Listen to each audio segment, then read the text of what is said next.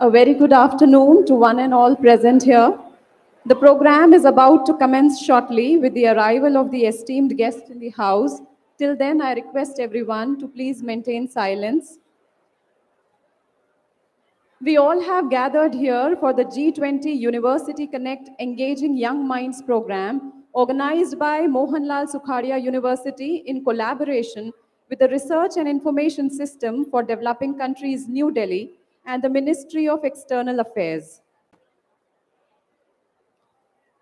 India has assumed the presidency of G20 for a period of 1 year from 1st December 2022. On the screen, you can see the G20 logo. The G20 logo draws inspiration from the vibrant color of India's national flag, saffron, white, and green and blue. It juxtaposes planet Earth with the lotus, India's national flower, that reflects growth amid challenges. The Earth reflects India's pro planet approach to life, one in perfect harmony with nature. Below the G20 logo is written Bharat in the Devanagari script.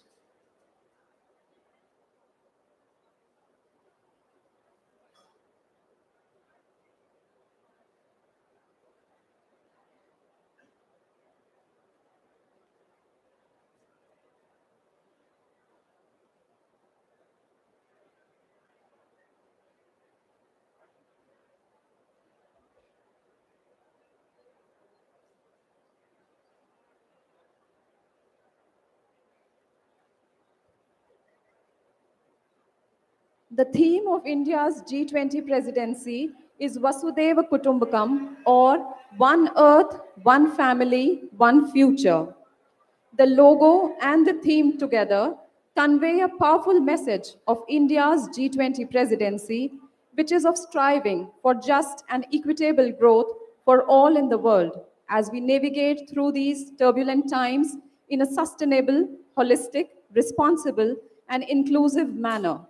They represent a uniquely Indian approach to our G20 presidency of living in harmony with the surrounding ecosystem. For India, the G20 presidency also marks the beginning of Amrit Kal, the 25-year period beginning from the 75th anniversary of its independence, which started on 15th August 2022, leading up to the centenary of its independence towards a futuristic, prosperous, inclusive, and developed society distinguished by a human-centric approach at its core.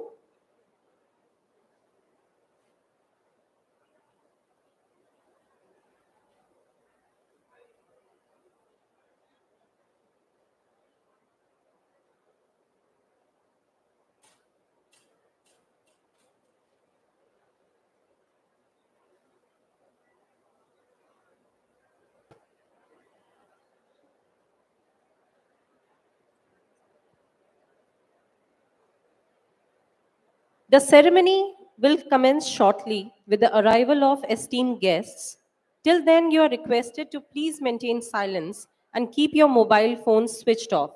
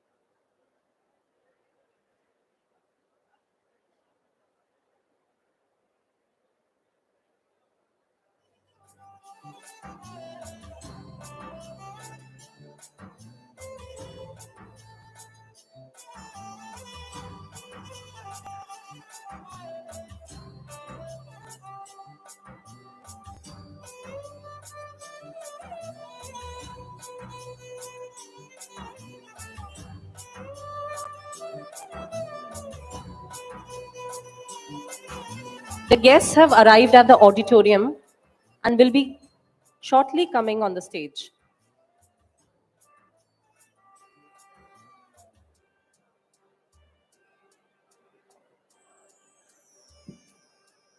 I request the audience to please maintain silence.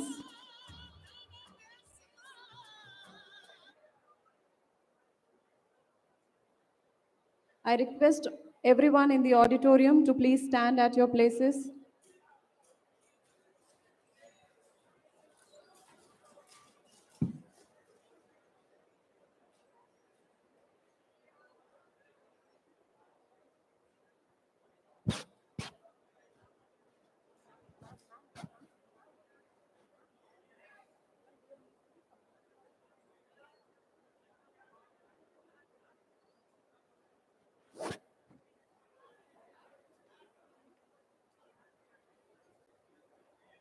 I request all the students to please maintain silence.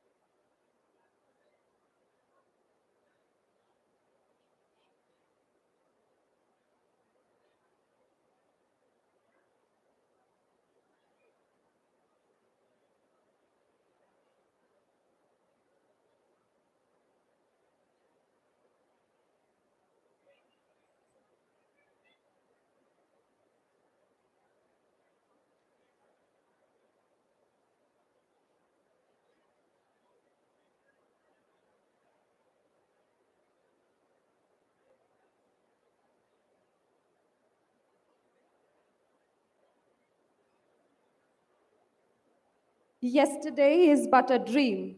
Today is only a vision. But today, well lived, makes every yesterday a dream of happiness and every tomorrow a vision of hope. A very good afternoon to one and all present here. Distinguished dignitaries, invited guests, deans, directors, faculty members, and administrative staff of the university, dear students, ladies, and gentlemen. It gives me immense pleasure to extend a cordial welcome to you all at the G20 University Connect Engaging Young Minds program organized by Mohanlal Sukhadia University in collaboration with the Research and Information System for Developing Countries, New Delhi, and the Ministry of External Affairs. 1st December 2022 marked the golden day in the history of our country as India assumed the presidency of the G20 for a period of 1 year.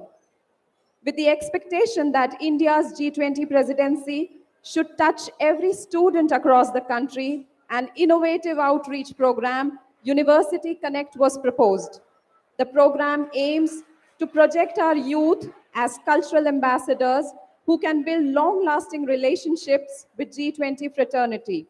This will be an opportunity for young Indians to bring new ideas and perspectives to G20-related topics. For the G20 University Connect program, we have with us today on the dais our distinguished chief guest, Ambassador Mr. Sadbir Singh Sir, former diplomat, Indian Foreign Services, Government of India, our special guest, Dr. Priyadarshi Das, Associate Professor, Research and Information System for Developing Countries, Professor I.V. Trivedi Sir, Honorable Vice Chancellor of Mohanlal Sukhadia University, Dr. Deeksha Dave from Indira Gandhi National Open University, New Delhi, Dr. Shubha Surana from Sun College of Management and Science, and Professor Pradeep Trikha, G20 Coordinator, Mohanlal Sukhadia University.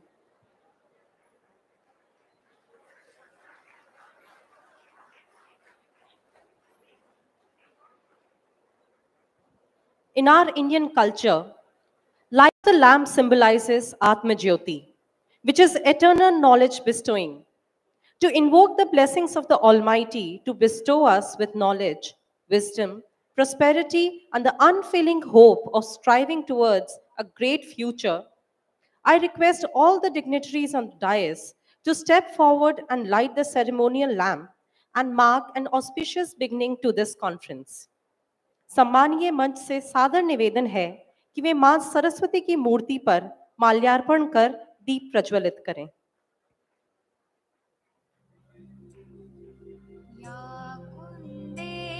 तुषारहारधवला या शुभ्रवस्त्रावृता या वीणावरदण्डमण्डितकरा या श्वेतपद्मासना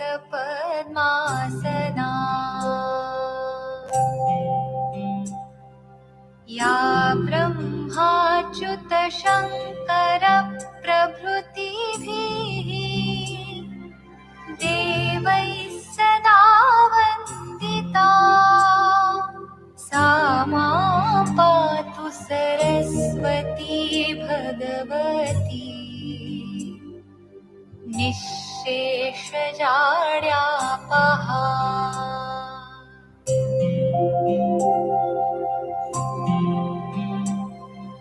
शुक्लां ब्रह्मविचारसारपरमाम् आद्यां जगद्व्यापिनीम् वीणापुस्तकधारिणीम् अभयदाम् जाड्यान्धकारापहाम्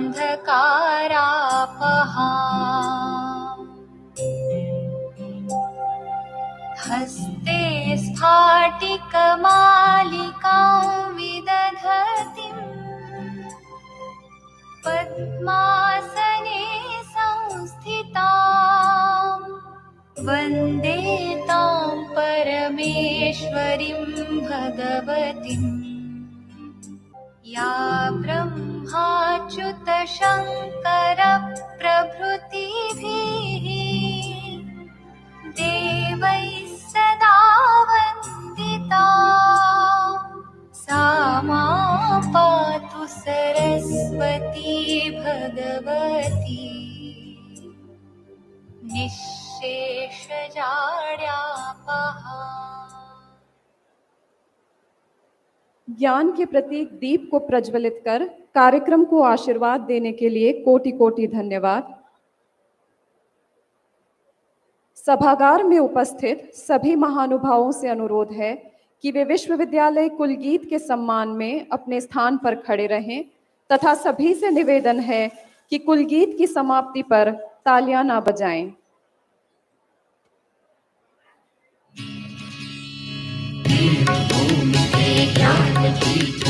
सादर शतवंदन शील ज्ञान विज्ञान कर्म संगम को कोटि नमन। सत्यम शिवम सुंदरम की प्रतिमा कल्याणी विद्या विन्दते अमृतम उपनिषदों की वाणी। यह प्रताप की धर्म भूमि के माथे का चंदन मीरा का निष्काम भक्ति से है अटूट बंधन। श्री अखिलेश जी श्रीनाथ जी चार भुजा बेणेश्वर सूफी संतों की धरती में आना एक ईश्वर। भूमि के ज्ञान दीप का सागर शतवंदन यहाँ साधना रथ प्रतिभाएं ज्योतिर्मंत्र बने। राष्ट्र धर्म का स्वर विजयी हो महिमावंत बने। मुक्त गगन में आदर्शों की पुण्य ध्वजा फहरे। जनमानस में ज्ञान ज्योति का दिव्य प्रकाश भरे। ज्ञानदायिनी मूर्ति कोटिमंत महिमा का अभिनंदन। युवा शक्ति हो सत्यनिष्ठ संकल्पित अंतर्मन। वीर भूमि के ज्ञान पीठ का सादर शतवंदन। शील ज्ञान विज्ञान कर्म संगम को कोटि नमन। कोटि नमन। कोटि नमन। कोटि नमन।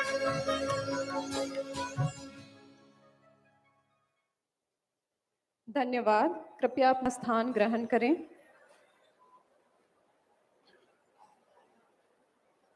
A humble request to the students, please maintain silence. Welcoming guests with a high degree of hospitality is ingrained in our culture and is a part of our code of conduct.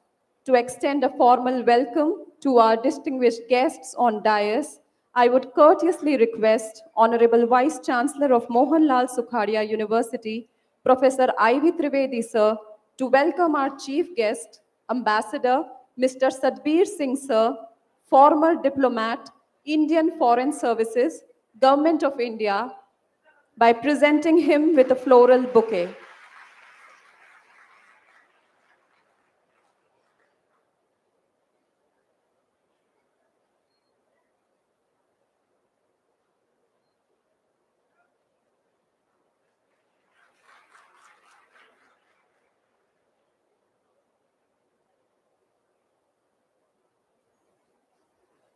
Thank you so much, sir, and a warm welcome to Mohanlal Sukhadia University. Now I request Professor Pradeep Trikha, G20 Coordinator, Mohanlal Sukhadia University, to welcome our Honorable Vice Chancellor, Sir, Professor Ivy Trivedi.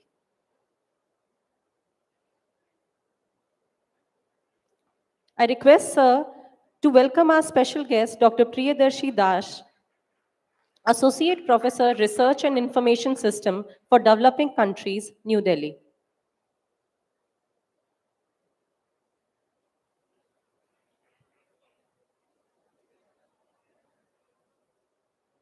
I request Trikha, Sir, to now welcome our Honorable Vice Chancellor, Sir.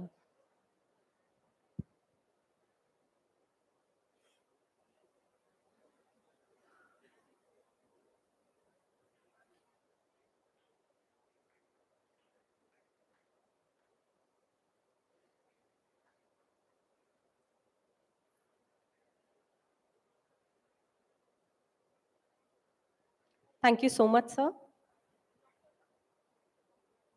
Doctor Rajshree Chaudhary, अधिष्ठाता विश्वविद्यालय विधि महाविद्यालय से सविनय अनुरोध है कि वे doctor दीक्षा दवे, सहायक आचार्य, इंदिरा गांधी राष्ट्रीय मुक्त विश्वविद्यालय, नई दिल्ली का स्वागत करें।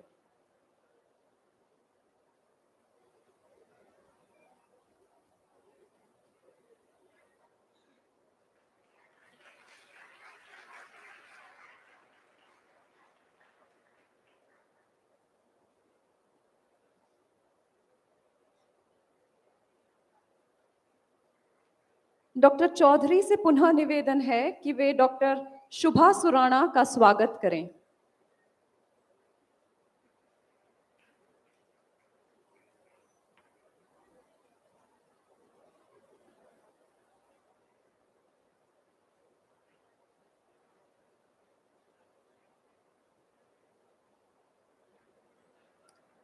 धन्यवाद ma'am. The theme for the G20 under India's presidency is Vasudeva Kutumbakam, one earth, one family, one future. It establishes that during our presidency, we will work to promote a universal sense of oneness to address the challenges that mankind as one family faces today. I would request the technical team to play the official video of theme of G20 Indian Presidency 2023.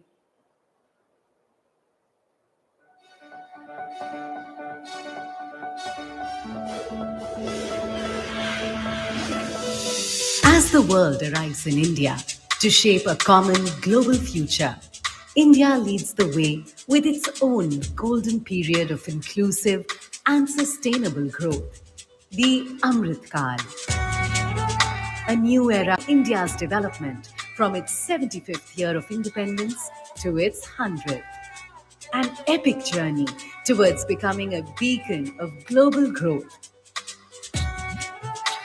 The Prime Minister's call for inclusive development in the Amrit Kal will be further substantiated during India's G20 presidency through our theme of Vasudhaiv Kutumbakam, one earth, one family, one future.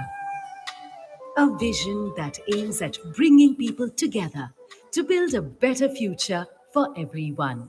To achieve that goal, significant national priorities were charted out and set in motion. India's technological and digital innovation will become engines for the future of inclusive growth and connectivity. Our environment initiatives, including LIFE, will ensure true prosperity by promoting sustainable lifestyles through individual and collective action to protect and preserve the environment. Through inclusive economic growth, India will spearhead universal benefits that serve long-term interests of people with compassion, equality, and solidarity, leaving no one behind. India's focus on women-led development will continue empowering women into contributing to the larger economy. With the promise of peace, harmony, and security, India will build a world where every individual finds a perfect ground to blossom fully. हम वो लोग हैं जिसने दुनिया का कल्याण देखा है। लोग दुनिया की कामना करते हैं, सब कहते हैं सर्वे अपि सुखिनः सन्तु सर्वे सन्तु निरामया। The importance of collective action is stronger than ever before, and G20 India shall strive to build a collective and inclusive shared future. India's G20 theme holds these national priorities together like the petals of the lotus, blooming victorious from the pool of challenges, holding our planet in a warm embrace, blossoming into a better tomorrow. आज मैं ये आश्वासन देना चाहता हूं कि भारत की G20 अध्यक्षता इंक्लूसिव, एम्बिशियस, डिसिसिव और एक्शन ओरिएंटेड होगी। Our G20 meetings are planned in different cities and states of our country to provide an enriching experience of India's amazing diversity and inclusive traditions for our guests from different corners of the world. We wish for each and every one of you to participate in this unique celebration that is India. Welcome to G20 India. One Earth, one family, one future. Vasudhaiva Kutumbakam.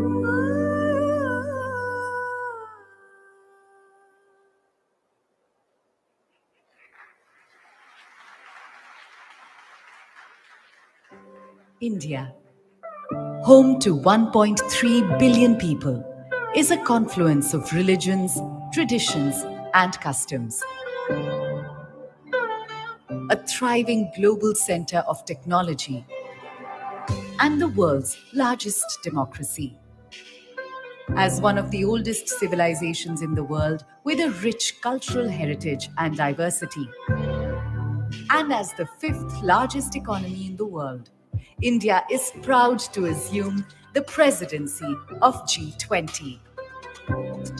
As the country blooms into a new era, we look to another poignant symbol for humanity to emerge victorious from challenges. The lotus, the national flower of India, represents our history and culture and symbolizes spirituality, fruitfulness, wealth, and knowledge. And that's the inspiration for India's G20 logo design.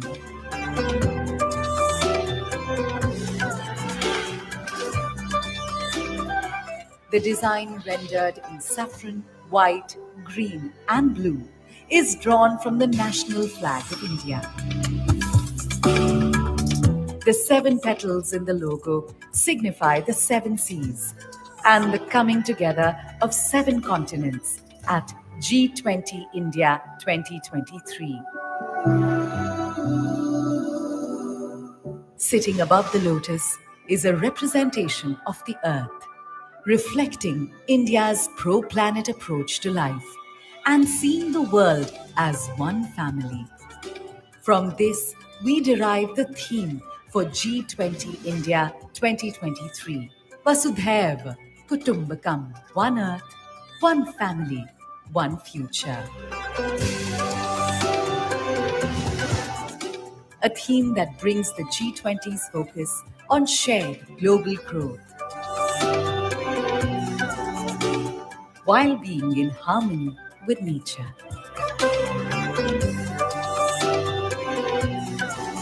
G20 India 2023. One earth, one family, one future. Vasudhaiva Kutumbakam.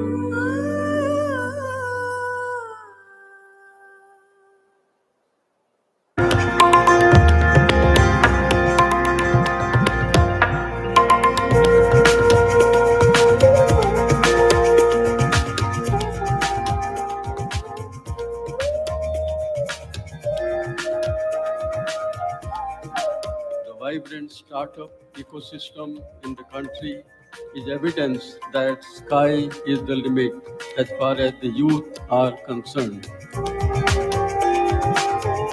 are one of the youngest countries in the world. While countries across the world are aging, we have a young population. The world is looking at India, India's youth with hope, as they are the growth engines of the world. Look forward to ideas and support from our universities, faculties and young mind to make our endeavors more fruitful. Thank you, Jay.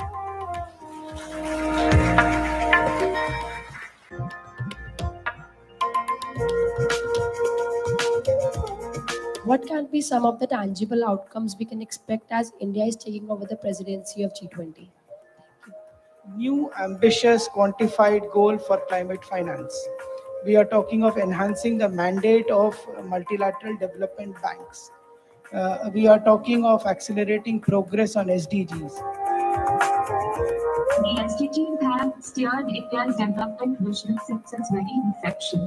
What does India propose to concretely do to address the progress of the Vision 2050 on the Agenda 2030 with somewhat lag due to the pandemic? The whole challenge in achievement of SDGs are twin, finance and technology. And on both of them, particularly on the finance side, enhancing mandate of the MDBs, looking at international institutions for the 21st century where credit and funding can be available for SDGs. So is it correct to say that this G20 presidency will be a catalyst to transform India into a superpower and a developed country much ahead of our own estimated targets? India's good standing, the fact that people know we are an independent-minded country, we will do what is right, we will do what is good for the world.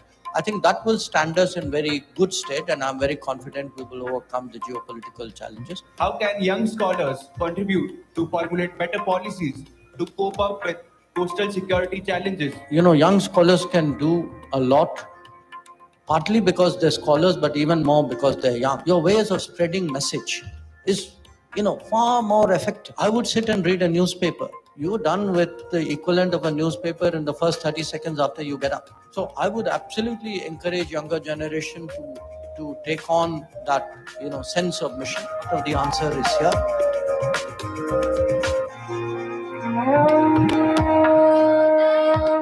Today is one of the most memorable days in the history of India.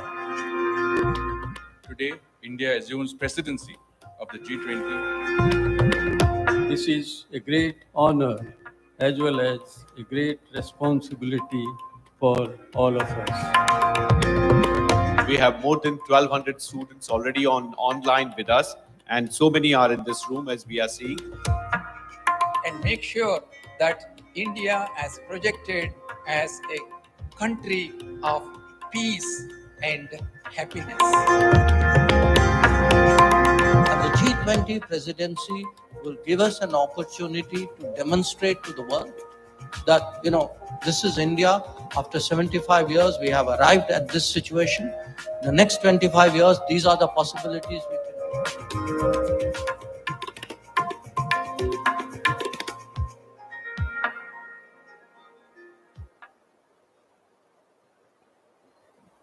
Thank you so much. I would now courteously request Honorable Vice Chancellor of the University, Professor Ivy Trivedi, sir, to kindly deliver the welcome address. Please, sir.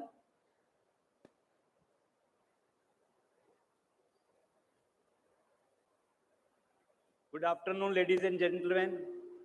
Good afternoon. Please tell, dear students. Chief guest of the today's lecture, Sadhvir ji, Ambassador, the guest of honor, my dear Priyadarshi ji, Shubhra ji, Dr. Diksha, Trikha ji, the kingpin of this conference, faculty chairmen, deans, directors, heads of the department, registrars sitting over here, my dear students, ladies and gentlemen. It is indeed a pride privilege for this university to organize this lecture series, and we are lucky that we are the first in the state of Rajasthan to organize this event. Sir, we are overwhelmed with your presence, and I know that your rich and ripe experience will definitely benefit this audience sitting in this hall. I would like to mention that, sir, this is the university which is located in the tribal region of the country. Particularly in the state of Rajasthan, it is the big tribal dominated population. We have 180 colleges with the strength of 250,000, and 33 departments are here to cater the needs of the society. And we are aware that what are the challenges, what are the opportunities, and what are the strategies to ignite our youth who is sitting in front of us. Sir, the big problem of this area is the gross enrollment ratio. Generally, the students are very reluctant to go to the colleges, particularly in the tribal region. And in case of the girls, this is more acute problem. Sir, we are aware of this problem, and we are regularly doing efforts to opening of the colleges in the remote area and giving the examination centers so that the dropout rate may be reduced. And that is the reason that in girls, there is a very big dropout. And we want to just curtail it, then only we can serve the real purpose of the G20 which the country has. We know that there are so many problems, but at the same time, with the dedicated efforts of the faculty and the students, we are marching to the better tomorrow. Sir, this country is leading the role of the presidency of the G20. It's a big achievement. It's a pride for all of us that this country is having the presidency of the G20. And I believe that with these efforts, this country will lead the global area. This will lead the world in the different sectors. And in that case, our students would be benefited. You are lucky that you are in this era where there is a big opportunities, very high opportunities, which was not in our age. So you are lucky, and you are here witnessing the presence in this series. That is a very big fortunate that you are doing all these things. So I would, without wasting much time, I welcome you all, sir. We are very happy that you could spare time in spite of your busy schedule. I have been learned that yesterday you were in the Meghalaya, and today you have come, and tomorrow you are going somewhere else. Really, it shows your commitment to the academic cause and the presidency of the G20. We welcome you, sir. We salute you, sir. We are also having the presence of the Rajesh, this Priyadarshi, sir. He is the reader in RIS, which is doing leading role in the research and information system. I was told that he is very particular that the research should be coordinated. It should have combined with the universities. And I assure you, sir, this university is very much committed to the research. And whatever the job is assigned to this university, our researchers, our faculty is very much interested. They are very much concerned with all these issues which we have raised in the morning when we were discussing all these issues. So once again, dear friends, I welcome you all. Particularly, I welcome the guests sitting on the dais who could spare time. And students, dear students, your future is bright. You are the future of this country. And the big Saha Vasudev Kutumbakam, you are the messenger of the Saha Vasudev Kutumbakam, and you are to lead that. With these remarks, I once again welcome you all on this auspicious occasion. Thank you very much.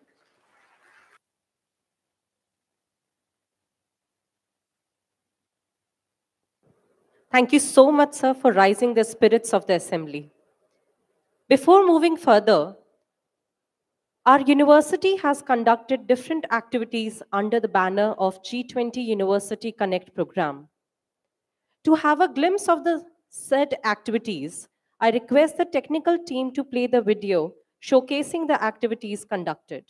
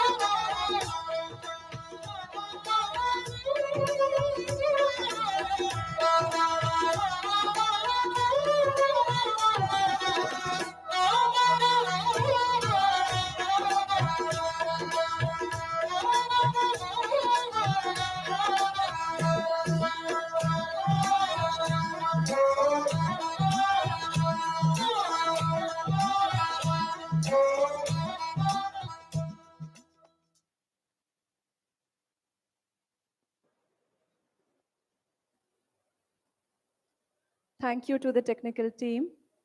We have with us today our chief guest, Ambassador Mr. Sadbir Singh Sir, former diplomat, Indian Foreign Services, Government of India. It is my distinct honor to introduce Sir to the audience. Sir hails from the district of Jodhpur in Rajasthan and joined the Indian Foreign Services in 1985. Sir has served in various Indian diplomatic missions, particularly in Moscow for 3 times, gaining his proficiency in Russian, thereby Stockholm, Bishkek, London, Ulaanbaatar, and Algiers.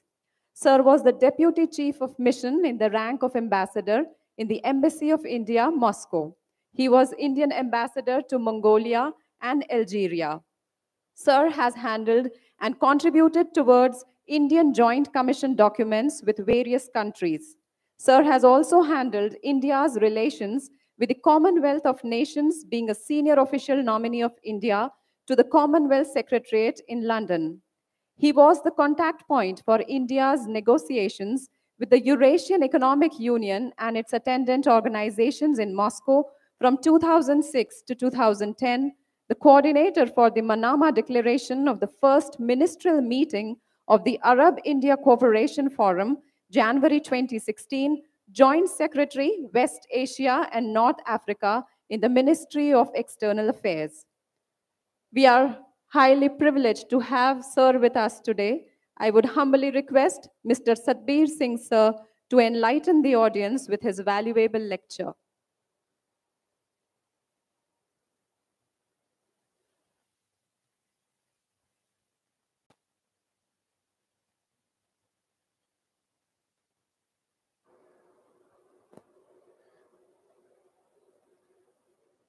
Respected Professor Trivedi ji, Honorable Vice Chancellor of the University, distinguished guests on the dais, Honorable Professors, faculty members, dear friends.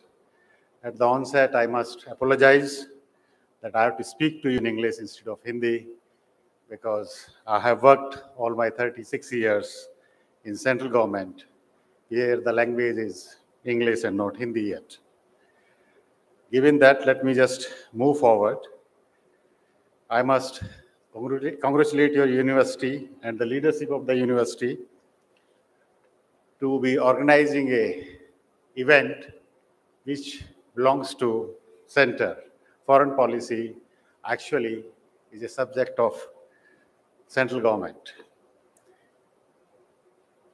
Now, coming to the very foreign policy aspect, foreign policy of any country like India is actually to secure the national interest of a country, which is basically preservation of its sovereignty, territorial integrity, security, well-being of its people, and sustaining its historical and cultural identity. India, when it got independent, had led a very unique freedom struggle movement. Therefore, the foundational principles of Indian foreign policy are in Article 51 of the Indian Constitution, where the moral aspects of international relations also plays an important role. Now, coming further to 2014, where this G20 concept actually picked up. This was the first UNGA Assembly address of Prime Minister Modi, where he has rejected the notion of first world and third world. That means the world cannot be classified into categories irrespective of their level of economic development, and he called for one word for all of us. This got reflected subsequently when we had the Regional South Countries Summit in January this year, where 125 developing countries participated, and we have agreed on this aspect that the classification in states on ideological basis or on economic basis are irrelevant. They are world is for everyone, and everyone is equal. India has moved in 2015, taking the cue that in coming years, we will be playing an important role in international affairs, and sustainable development goals were finalized. These are 17 goals, which actually very deeply reflects two elements of India. One, our own heritage. Second, what can we contribute? When these goals are finalized, we have seen to it that these goals are moderated, achievable, and not a burden on the lesser developing countries who have neither capacity nor financial resources. Subsequently, for us, given our population size, we have looked at food security. The food security is a very important concept not only for us, but 2/3 of the world actually does not grow their own food. They depend on import from other countries. Now, India has moved it internationally, first on availability of food, and secondly, the technological inputs, the microbiological inputs are available to the lesser developing countries. Therefore, it was very important for India to play a very vital role on the concept of very food security. And now you realize it why in 15 it was so important when we have this conflict today, where the largest grain importer countries are at conflict, where the fertilizers are not available. Food security became such a challenging issue to whole of Africa, and Latin America. So our vision was then in 15, which is seeing itself playing out today.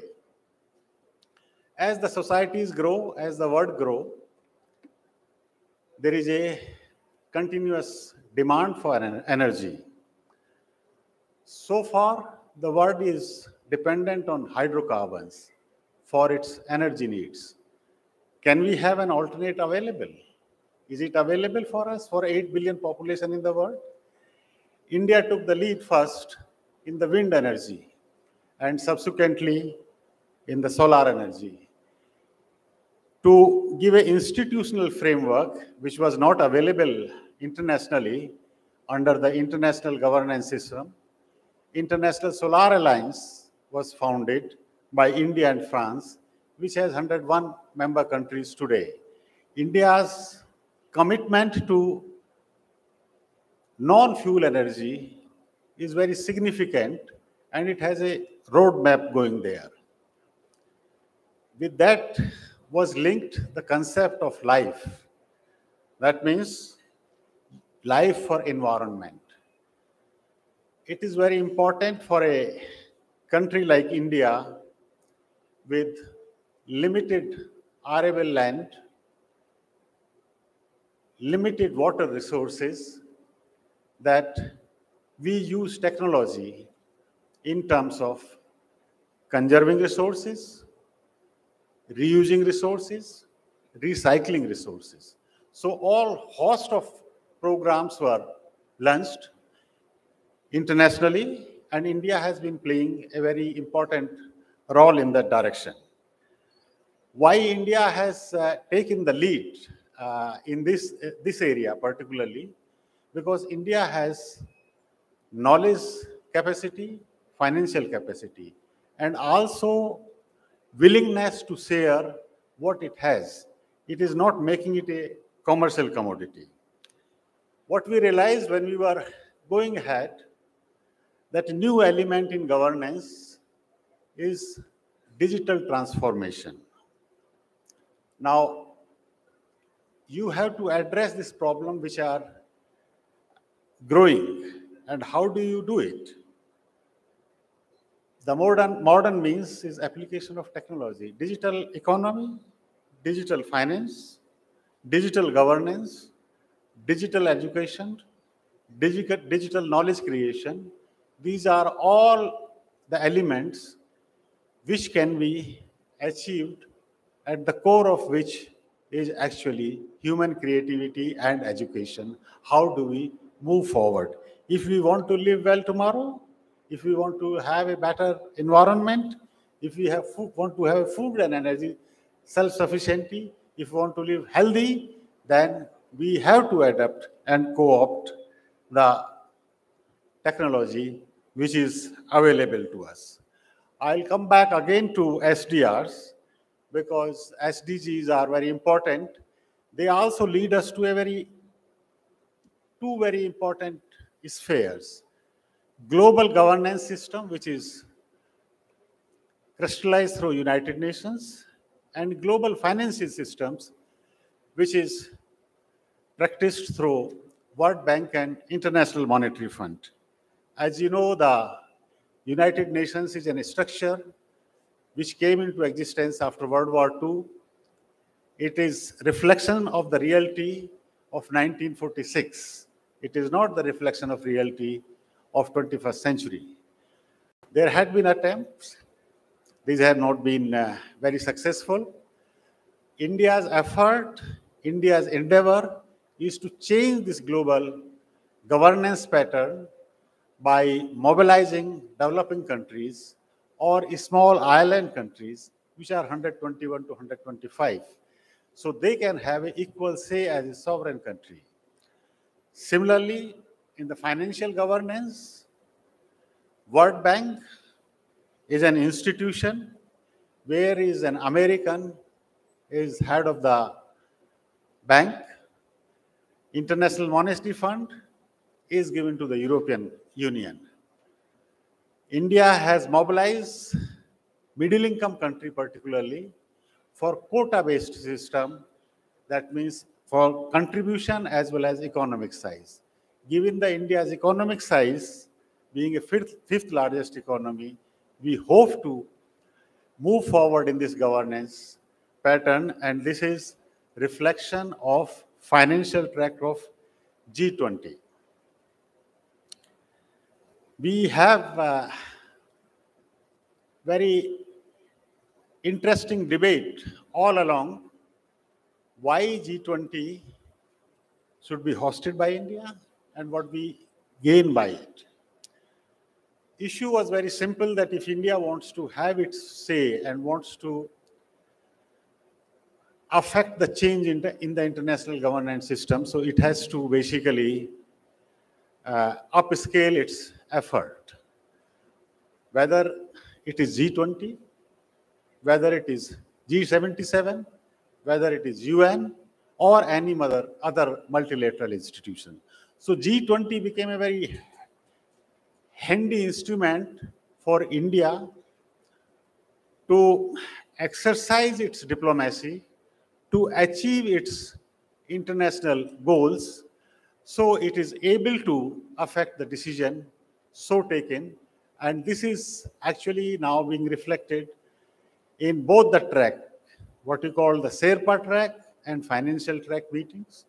Recently, we had the Foreign Affairs Ministers meeting. Though G20 is supposed to be basically an economic and financial body, but the foreign ministers covered the political aspect, terrorism, governance challenge today, trans-border terrorism issues. All these came into fore. Second issue, which has been that what will India get out of it? India looks at G20 as an opportunity to showcase its capabilities, to see in what way we can provide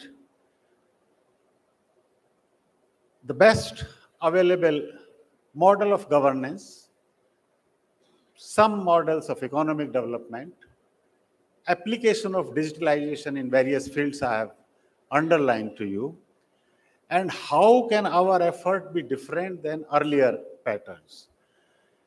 The difference basically is that India does not attach an economic cost to any technology transfer to developing countries. For example, the vaccines which we have donated to 130 countries across the world, we gave a donation. We did not charge money like the Chinese did or the Western world has done it and doing so far. Similarly, we have a huge program of India's international technical and economic cooperation. This is more than 2 billion per annum is spent on knowledge-based economy, but we do not charge any money. We build their capacities so they grow, because our faith is that if they will be growing well, that will be good for us also. Their prosperity is equally our prosperity. This is the aim we are looking at, and hopefully these 200 meetings in 56 locations will give us an opportunity to partly fulfill our targets which we have set out. In this direction, it is not a government of India's program, it is the program of people of India, and please participate whatever the programs come your way. Thank you very much.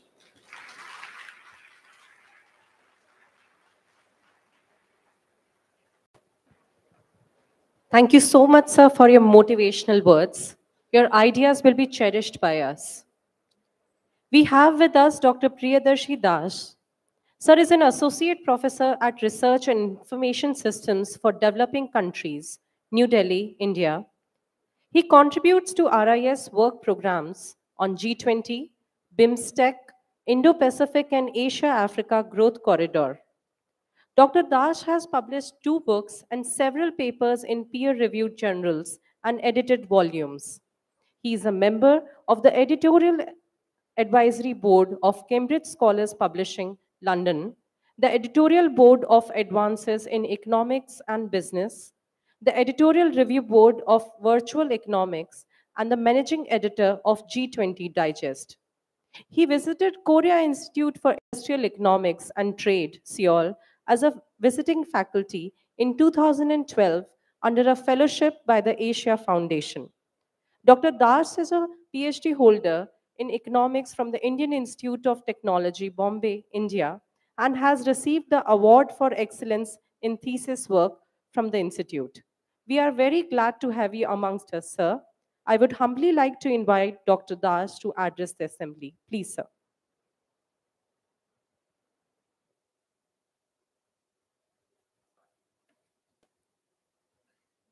धन्यवाद आपका for this kind introduction. मैं हिंदी में बोलूँगा। Hindi high school में भी पढ़ा हूँ, दिल्ली में भी 15 साल से नौकरी कर रहा हूँ। कोशिश करते हैं कि कितना हिंदी अच्छा बोल पाते हैं। तो जैसे माननीय कुलपति जी और एम्बेसडर सिंह, मेरे मंचा सिंह, सारे फेलो पैनलिस्ट जो है और सारे टीचर्स, स्टूडेंट्स, आप सब लोग, पहले तो ये मैं अपने आप को इतना गौरवशाली मान रहा हूँ कि मुझे इस प्रोग्राम को कोऑर्डिनेट करने दिया गया RIS से। जब ये आइडिया शुरू हो रहा था, कॉन्सेप्चुअलाइज हो रहा था, तो कैसे करें, क्या करें, कोई दिशा मिल नहीं रहा था। तो मेरे जो डीजी सर है बोल दिए कि यू स्टार्ट थिंकिंग। तो फिर मैंने प्लान किया, ऐसे करेंगे, वैसे करेंगे, कई सारे एजेंडा ड्रॉ किया, लेके गया। सर आपका सुझाव दीजिए, उसको कैसे करें। कुछ स्टीयरिंग कमेटी फॉर्म किया गया, फिर उनका व्यू लिया गया उसमें कि कैसे करें। तो आज ये बोलते हुए बहुत प्राउड फील कर रहा हूँ कि 20 से ज़्यादा ये G20 यूनिवर्सिटी कनेक्ट लेक्चर हो चुका है।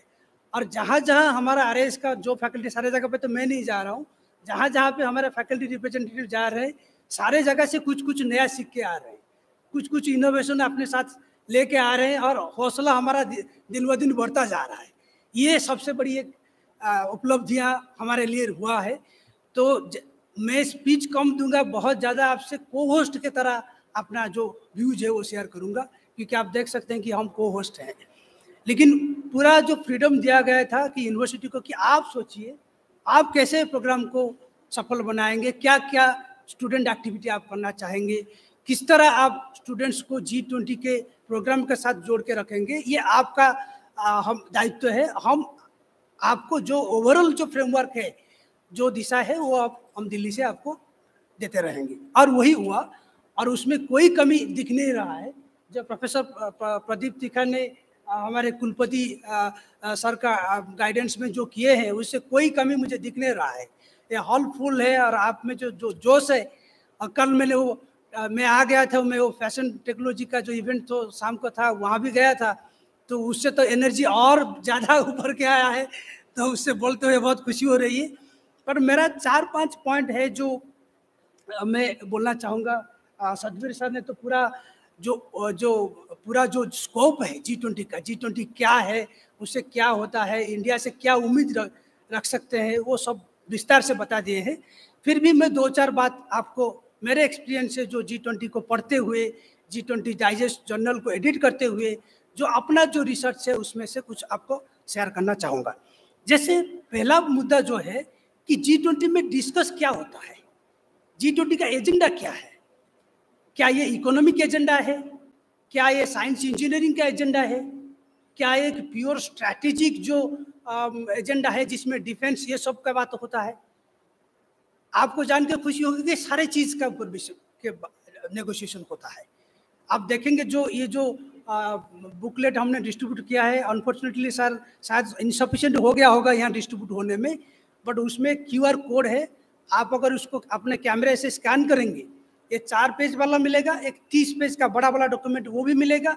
उसके साथ साथ पुराने G20 में जितने भी काम हुए रिसर्च का ऑफिशियल डॉक्यूमेंट, वो भी आप स्कैन कर सकते हैं। उससे आपको ये सब के बारे में आइडिया मिलेगा कि 2008 से जब से ये लीडर लेवल में एलिवेट हुआ था, तब से लेके आज तक finance, SDG, climate change, energy transition, उसमें जितने भी सारे मुद्दा है सब डिस्कस हुआ है। और उसमें आप 3rd पेज में देखेंगे डॉक्यूमेंट में जो सतबीर सर ने बोल रहे थे, 13 वर्किंग ग्रुप है, 11 एंगेजमेंट ग्रुप है, उसमें फाइनेंस ट्रैक में 6 वर्किंग ग्रुप है और एक जॉइंट हेल्थ और फाइनेंस का टास्क फोर्स है। तो उसमें क्या डिस्कस होता है? यही डिस्कस होता है कि जो करंट चुनौतियां हैं, जो अभी का चुनौतियां हैं, उसके ऊपर चर्चा होता है, और जो बातें साल भर से डिस्कस होता आ रहा है उसमें क्या क्या प्रोग्रेस हुआ है उसके बारे में भी चर्चा होता है, और उसके आगे का क्या एजेंडा होगा वो भी उसमें तय होता है। तो सारे कंट्री का रिप्रेजेंटेशन होते हैं, इंटरनेशनल ऑर्गेनाइजेशन का रिप्रेजेंटेशन होता है, उनके बीच में बहस चलता है कि हम क्या कर सकते हैं।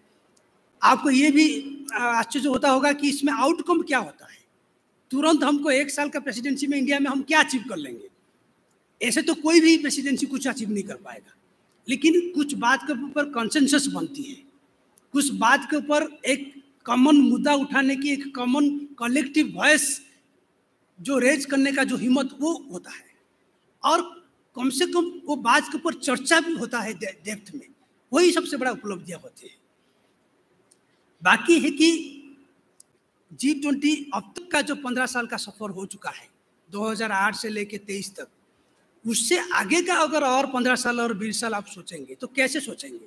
क्या G20 खाली अपने मेंबर्स कंट्रीज के बारे में सोचना चाहिए?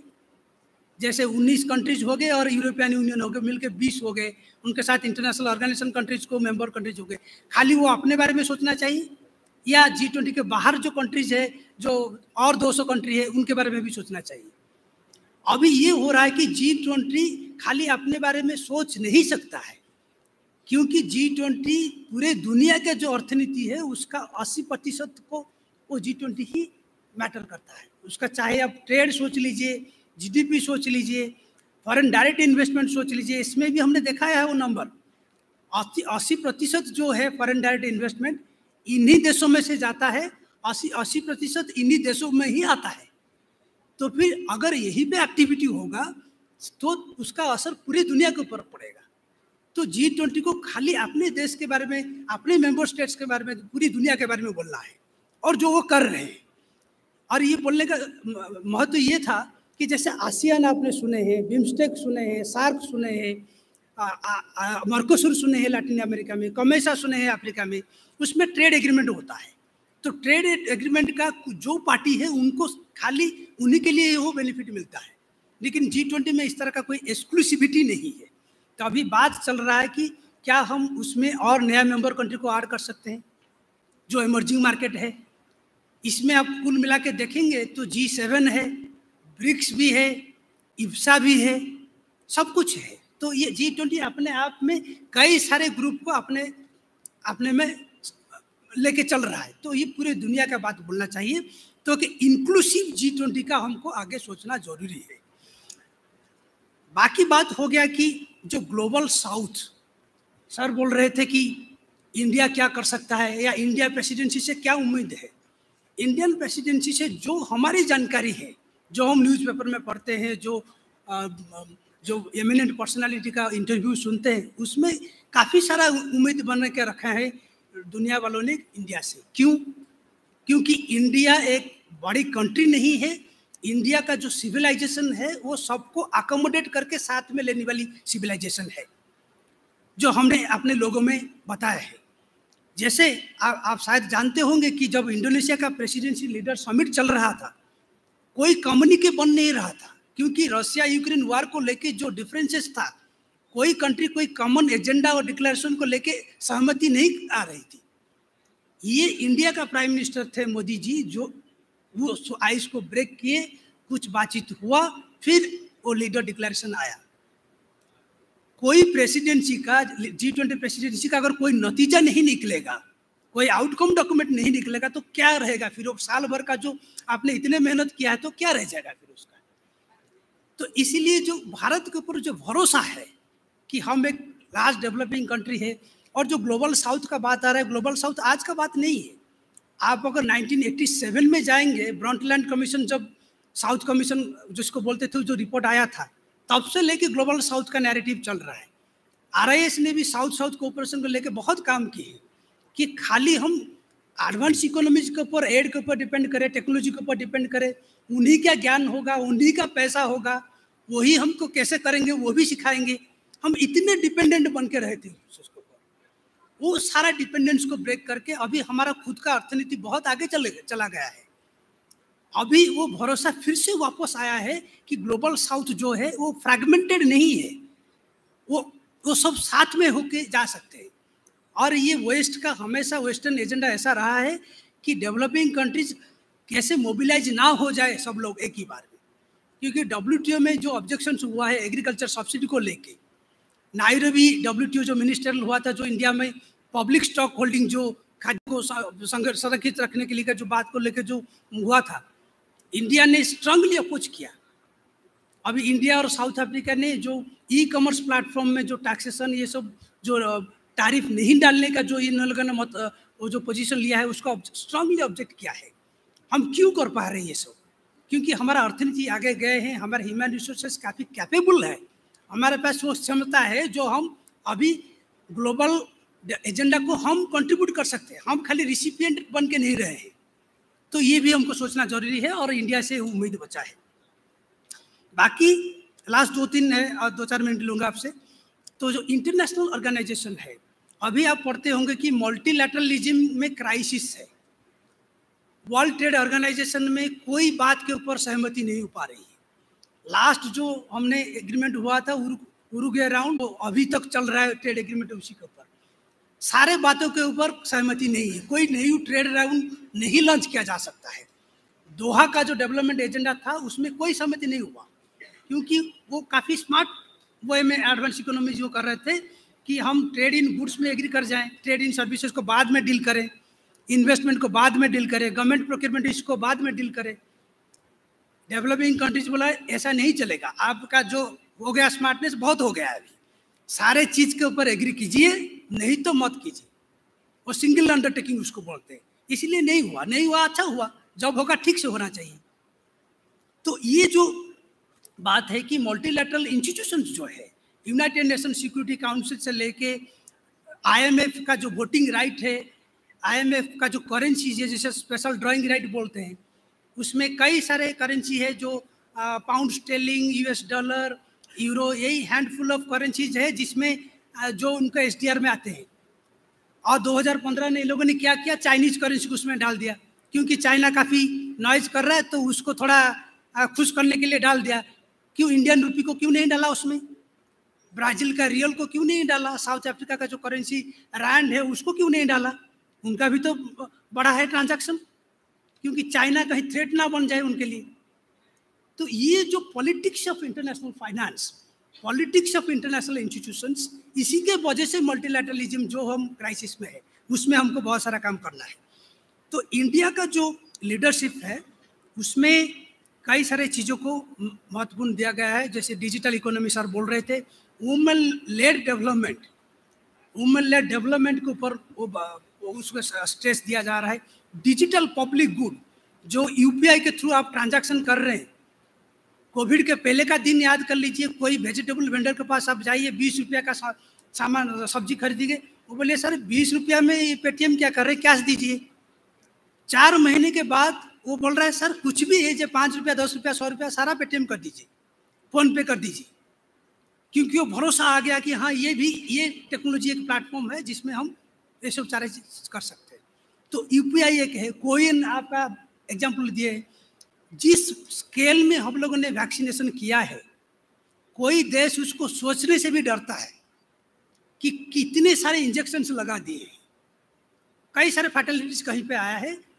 उसको वैक्सीन मैत्री वाला जो है कि बिना पैसा लेते हुए 70+ कंट्री को इंडिया ने वैक्सीन दिया है, जब हमारा वैक्सीनेशन कंप्लीट नहीं हुआ था। तो क्या आप 1945 में जो रूल रेगुलेशन लिखा गया था IMF के लिए, यूनाइटेड नेशन के लिए, वही जमाना में आप हैं अभी? तो मल्टीलैटरल इंस्टीट्यूशन को रिफॉर्म होना जरूरी है, वो भी इंडिया का लीडरशिप से शायद शुरू होगा।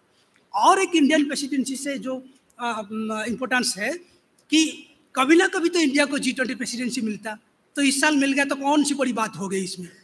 बड़ी बात इसीलिए है कि इसका टाइमिंग इंडोनेशिया से लेके 2022 में, 2023 में भारत हुआ, 2024 में ब्राज़ील होगा, 2025 में साउथ अफ्रीका होगा। ये सारे कंट्रीज जो है वो डेवलपिंग कंट्री है और अपने आप में एक पावर है। मिडिल पावर कंट्रीज है। तो क्या ये 4 इंडोनेशिया जो डेवलपिंग कंट्री प्रेसिडेंसी है, ये G20 एजेंडा को एक अलग दिशा दे सकते हैं? क्या कुछ परिवर्तन ये कर सकते हैं? क्योंकि एक ही साल में आपने जो नैरेटिव रखेंगे उसका आगे अगर कोई परसू नहीं करेगा, उसका कोई कंटिन्यूटी नहीं रहेगा, तो वो बात तो आगे लिख डॉक्यूमेंट में पड़ा रहेगा, ऐसे रेफरेंस डॉक्यूमेंट बनते रहेगा। तो यही एक चांस है कि क्या इंडिया, ब्राजील, साउथ अफ्रीका सब मिलके कुछ कॉमन एजेंडा के ऊपर काम करें और G20 को मजबूर करें सोचने के लिए कि आपको ये करना जरूरी है आगे। बाकी मैं RIS का ये जो प्रोग्राम के ऊपर हम लोग जो G20 का ऊपर काम कर रहे हैं उसके ऊपर थोड़ा आपका ध्यान आकर्षण करूंगा। ये जो यूनिवर्सिटी कनेक्ट प्रोग्राम हो रहा है, ये खाली अपने आप एक आइसोलेटेड इवेंट नहीं है। इससे पहले RIS और यूनिवर्सिटी लिंकेज करके हमने कुछ प्रोग्राम शुरू किया था, जो नॉर्थ ईस्टर्न यूनिवर्सिटी से शुरू किया था, जिसमें लेक्चर हो रहा था, हमारा कुछ ट्रेनिंग प्रोग्राम हो रहा था, एक्सचेंज ऑफ फैकल्टी, ये सब हमने शुरू किए थे। तो अभी ये हमने सोचे हैं, ये जो प्रोग्राम बन रहा है, ये प्रोग्राम को क्यों ना एक लॉन्ग टर्म एक इकोसिस्टम बना दिया जाए, जिसमें हम जैसे पॉलिसी रिसर्च इंस्टीट्यूशन है और आप जैसे एकेडमिक रिसर्च टीचिंग इंस्टीट्यूशन है, हम सब मिलके जो इंटरफेस का जरूरत है कि आपका रिसर्च को हम भी यूटिलाइज करें, आप भी हमारा जो पॉलिसी रिसर्च जो हम गवर्नमेंट के साथ काम कर रहे हैं वो भी आएगा, तो आपको शायद कोर्स में डिजाइन करने में, कोर्स में मदद करेगा, करिकुलम डेवलप करने में, पेडागोजी को डेवलप करने में। तो वो सिस्टम एक इकोसिस्टम बनने का एक दिशा तैयार हो रहा है। दूसरा, G20 के ऊपर फोकस्ड स्कॉलरली डिबेट को प्रमोट करने के लिए हमने एक जर्नल लॉन्च किया है, G20 डाइजेस्ट, जो 2 साल पहले लॉन्च हुआ। उसका भी दायित्व मेरे महानिदेशक ने मुझे दिया कि तुम ही करो इसको, तो मैंने शुरू किया। अभी रजिस्ट्रेशन प्रोसेस शुरू हो गया है, ISSN नंबर सब मिल गया है। अभी हम धीरे धीरे स्कोपस ये सब वगैरह इंडेक्सिंग करने के लिए जा रहे हैं। तो आप सब लोग को मेरी ये आग्रह होगा कि वो पेज देखिए, मैं लिंक भेज दूंगा प्रदीप सर के थ्रू। आप अपना कंट्रीब्यूशन दीजिए उसमें आर्टिकल, लेकिन पूरी स्टैंडर्ड का साथ दीजिए। उसमें पीयर रिव्यू होता है, एकेडमिक स्टैंडर्ड देखा जाता है। ये खाली G20 प्रेसिडेंसी के लिए नहीं है, वो आगे भी वो जर्नल चलता रहेगा। दूसरा, ये छोड़ के RIS एक पुराना पॉलिसी रिसर्च इंस्टीट्यूशन है, जो मिनिस्ट्री ऑफ एक्सटर्नल अफेयर्स का खुद का ऑर्गेनाइजेशन है।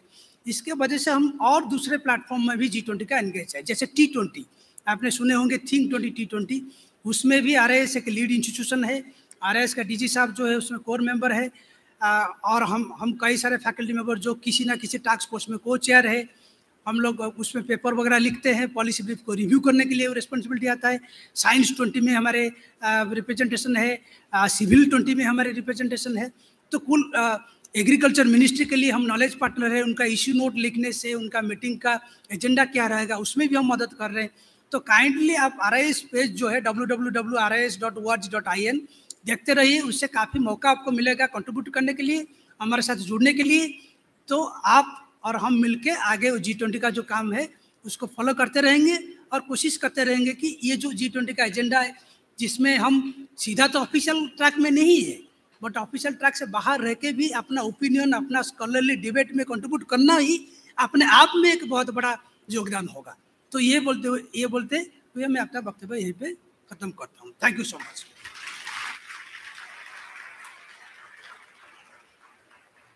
G20 के बारे में इतने सरल और सहज रूप से समझाने के लिए बहुत बहुत धन्यवाद महोदय। On the dais we have with us Dr. Diksha Dave from Indira Gandhi National Open University, better known as IGNOU, New Delhi. Ma'am has been working as an assistant professor of environmental studies, School of Interdisciplinary and Transdisciplinary Studies, IGNOU. She is an alumni of our university and has an MSc Gold Medal in Environmental Sciences from this university, and she also holds a double doctorate degree. She has done MBA from Sikkim Manipal University and Master of Distant Education from IGNOU. Madam has authored several textbooks on environmental studies and has a number of research papers and articles to her credit, and has delivered lectures on topics related to environment and sustainability at many national and international conferences and seminars. At IGNOU, Ma'am is coordinating appreciation course on population and sustainable development, MSc Environmental Science, Certificate in Solid Waste Management, and coordinating postgraduate diploma in Environmental and Occupational Health and PhD Environmental Sciences. Ma'am is cordially invited to deliver her lecture.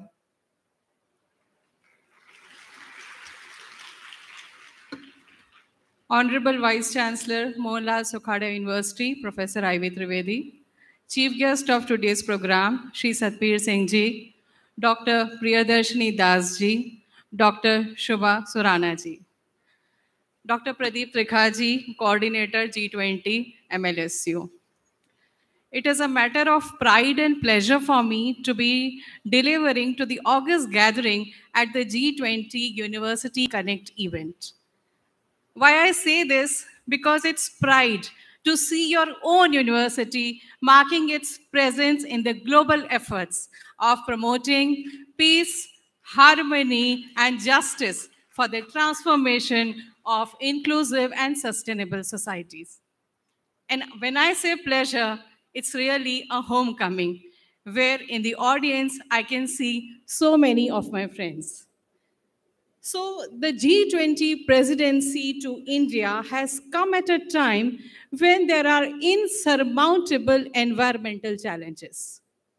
These are the times which have never been before. You know, climate change, we always denied. ऐसा नहीं होता है. Temperatures change होते रहते हैं. But now we know that climate change is very much near. It is very much real. The devastating floods, wildfires, storms, hurricanes, and the rising temperatures every day. When I say every day, that means every day in the newspaper, you will read something about the cases related to environment. Australia में आग लग रही है, बिहार में floods आ रहे हैं, temperatures बढ़ रहे हैं, एबनॉर्मल वेदर कंडीशंस हैं. We are witnessing all that. And, you know, according to Lancet study, millions of people are dying because of air pollutant related causes. UNICEF हमें कहता है कि 2025 तक वर्ल्ड की 50% आबादी पानी से जुड़े हुए संघर्ष से जूझेगी. And soil on which our agriculture rests, we are losing the topsoil, and by 2050, 95% of it will be lost. And you know, World Economic Forum की जो latest report है, उसमें global risks हैं. Global risk का मतलब पूरा world जिन risk से चिंतित है, जिसके कुछ करना चाहिए, उसमें से 10 में से 6 risk are related to environment. Climate adaptation, climate mitigation, natural disasters, and so on and so forth. So now what are the solutions? So solution came with a very, very good word, which is our favorite word nowadays, and which is sustainability. Sustainable.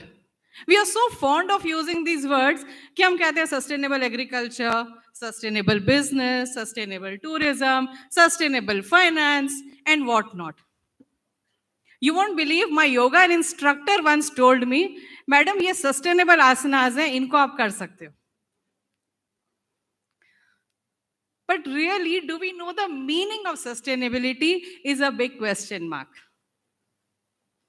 Environment, development. Always viewed as which cannot exist together. Environmentalists are perceived to be anti-growth. Economists view environmentalists as something which will hamper the developmental process. और कहीं ना कहीं environmentalist को problem होती है जब भी कोई economic reforms की और economic changes की बात आती है. See, sustainability, growth, or inclusivity. These three terms are dynamic and they are mutually complementary. Why I say this? Understand. See, agar growth nahi hai, we don't have jobs, we don't have livelihoods. It is not possible to fulfill the needs of the people.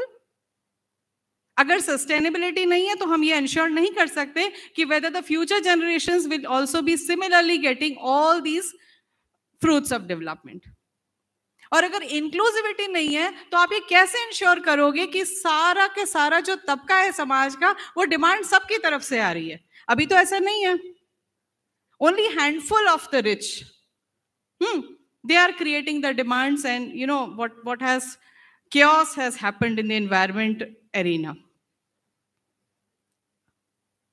So we have to think in that manner that how we can change or how we can make it in such a manner, design the systems in such a manner, whether agriculture, business, or city planning, that sustainability, development, and also taking care of the environment goes hand in hand. अब इन सब चीज़ों करने के प्रयास में, because sustainable development आया 1987 में, उसके बाद ये हमारा फेवरेट वर्ड बन गया, हम हर जगह सस्टेनेबिलिटी को इंट्रोड्यूस करने की बात करते हैं, यूज करते हैं. So now here we committed certain mistakes. And what are that mistakes? Children, have you participated in the afforestation programmes?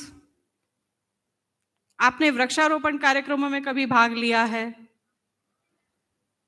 Most of the times what happens is that, see, the value of tree is not just the green thing which we are saying, लेकिन ecological value भी होती है.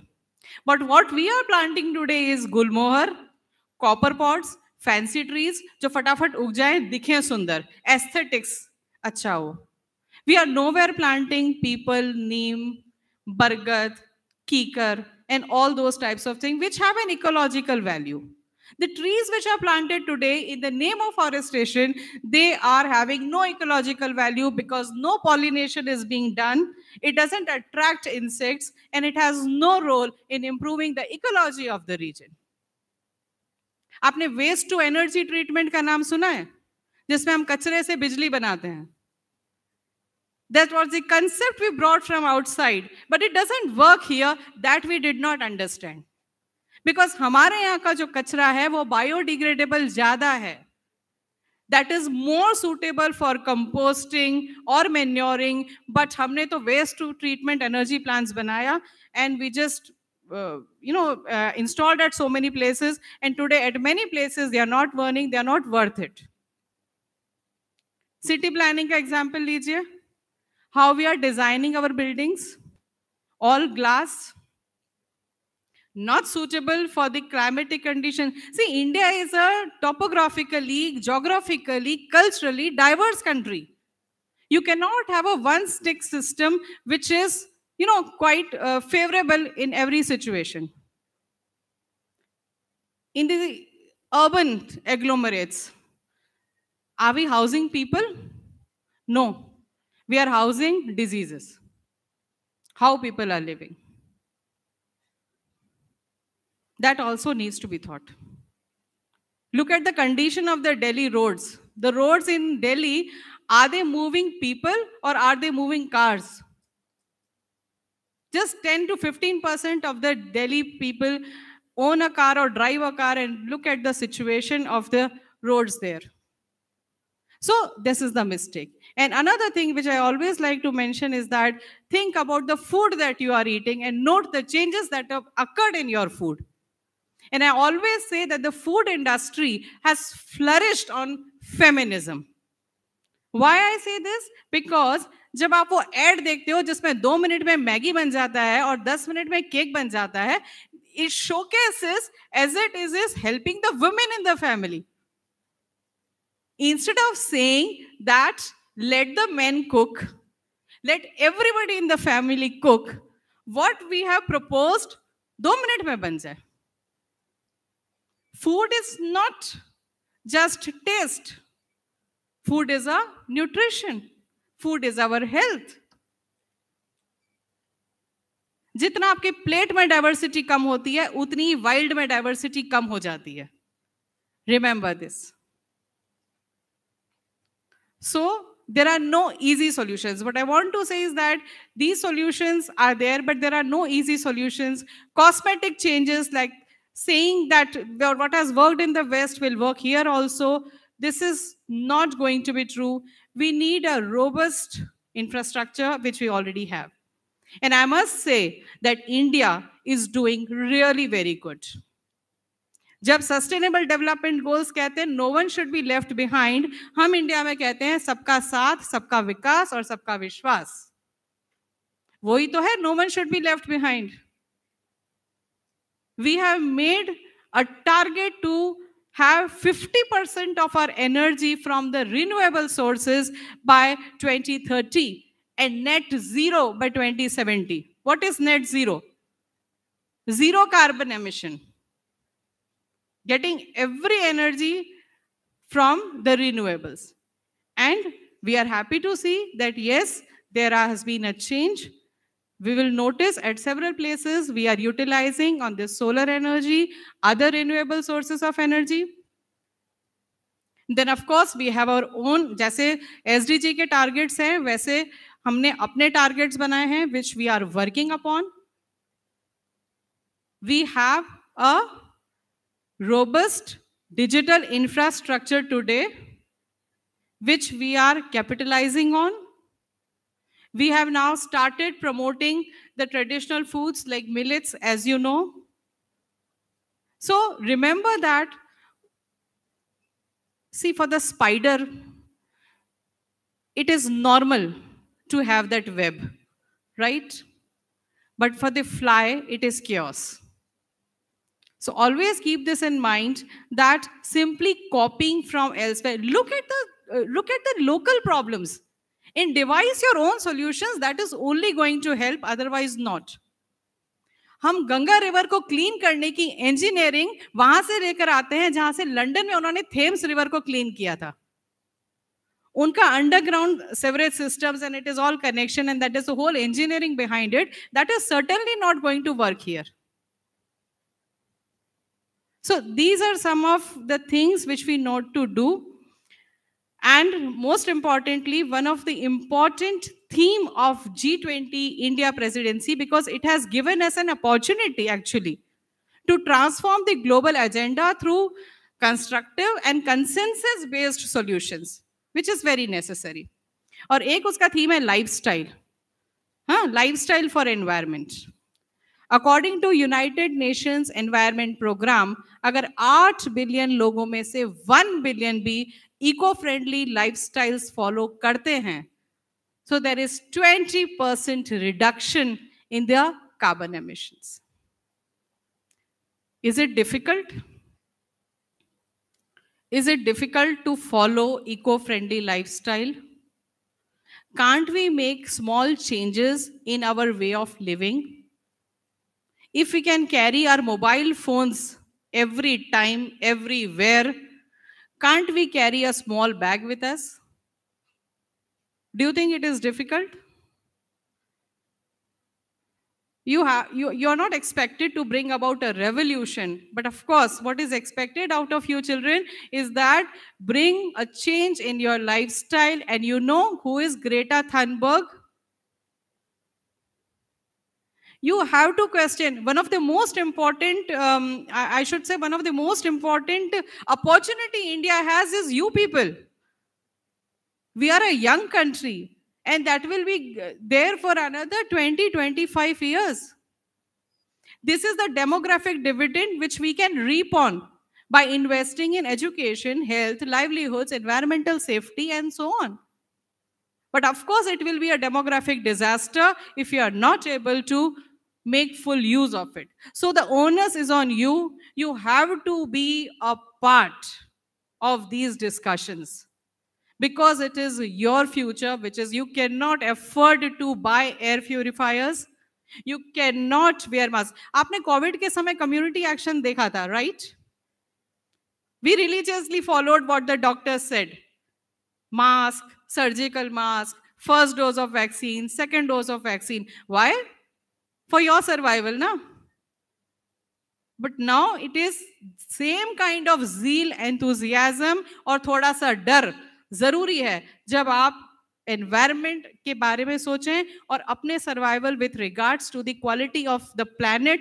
If you think like that, then only we will be able to bring about a change. So you have both. You have a responsibility and also you have to see that the effect is not on you. You have to monitor carefully. There was a US, I will just end with this. There was a US academic activist, and he said that most of the environmental destruction is not by the ignorant people, but it is by BA, BScs, BComs, LLBs, MScs, and PhDs. Let us prove him wrong and do our bit for protection of the planet and making this planet a livable one. Thank you so much.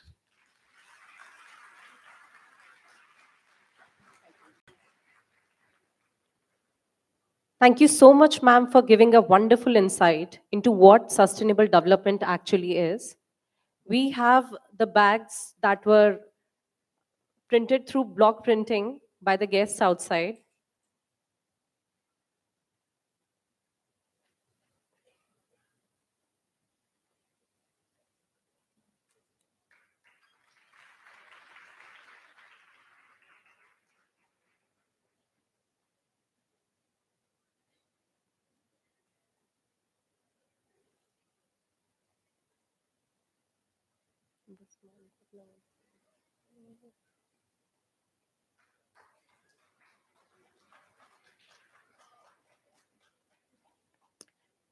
I would like to thank Diksha ma'am once again for invoking the attention of the assembly towards the need to gear up their efforts towards the sustainable development and reflecting upon the fact that it is required that we follow what suits our peculiar situation. One formula doesn't fit all. Thank you so much, ma'am. Now, I would like to invite Dr. Shubha Surana from Sun College of Management and Science, Udaipur. Ma'am is an avid yoga instructor and has contributed 19 years to this field. She was the first doctorate degree holder in yoga from Mohanlal Sukhadia University. She has been in charge of conducting International Yoga Day program at Gandhi Ground since 2017. She also represented Mohanlal Sukhadia University in the first G20 Sherpa meeting in December 2022. Ma'am, please come on the dais and deliver your lecture. Thank you so much.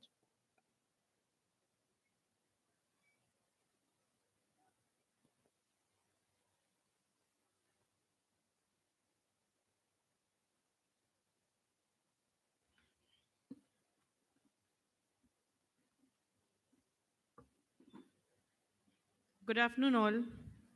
Respected dais members, faculty members, and my dear students.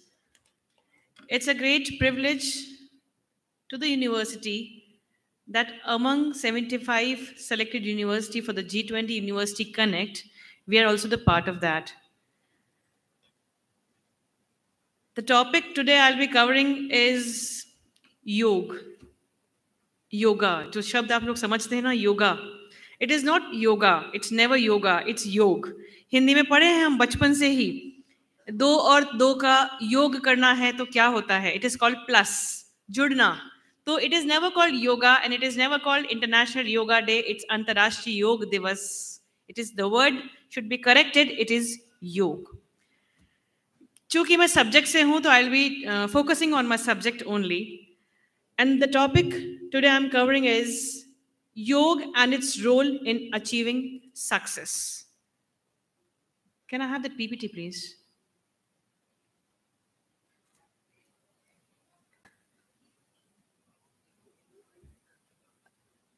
A slide behind are my postures.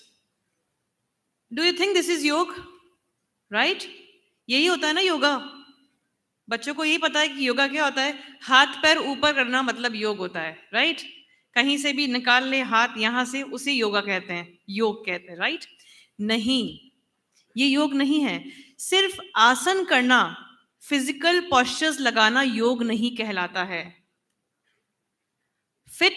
Fitness जो होती है आपकी वो एक part है. This is just a part of your health. लेकिन आसनों को कर लेना अच्छी बात है, लेकिन इसे हम ये नहीं कहेंगे कि हम योग कर रहे हैं. अथाह ज्ञान है.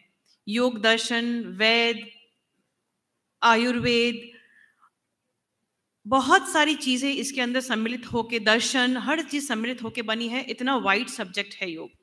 तो फिजिकल फिटनेस की जब बात करते हैं हम, हर जना चाहता है कि वो फिट हो। फिट मतलब ये नहीं होता कि आप स्लिम ट्रिम हो रहे हो, कि मैं एम साइज का ही टी शर्ट पहनूं या मैं एस साइज का ही टी शर्ट पहनूं। मैं जब टीन में थी, टीन से एडल्ट में आई, मुझे याद नहीं है मेरी मम्मी ने कभी मुझे एम या एस पहनाया होगा। I was always L size of shirt I was wearing, L size of T shirt I was wearing, L size of kurta I was wearing.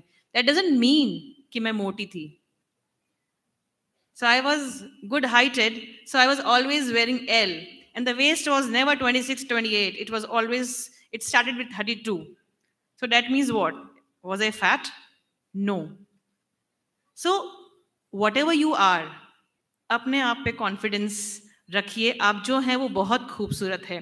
तो ये जो आसन कर रहे हैं, ये हमने करके दिखाए हुए हैं, ये सिर्फ एक पार्ट है, जस्ट % है। 100 में से 1% है जो फिजिकल फिटनेस की तरफ जाते हैं, और हम योग अभ्यास करके अपने आप को लचीला और स्वस्थ बनाते हैं। लेकिन सबसे इंपॉर्टेंट बात क्या है? दिस, यहां से अगर हम स्वस्थ हैं तो मेंटल हेल्थ, मानसिक स्वास्थ्य जो होता है हमारा, अगर हम यहां से स्वस्थ हैं तो ही आप जीवन में कुछ कर पाएंगे, आप सक्सेस को पा पाएंगे। अब आप कहेंगे मेंटल हेल्थ का क्या कनेक्शन सक्सेस से? मेंटल हेल्थ, आप सोचिए तनाव, तनाव क्या है?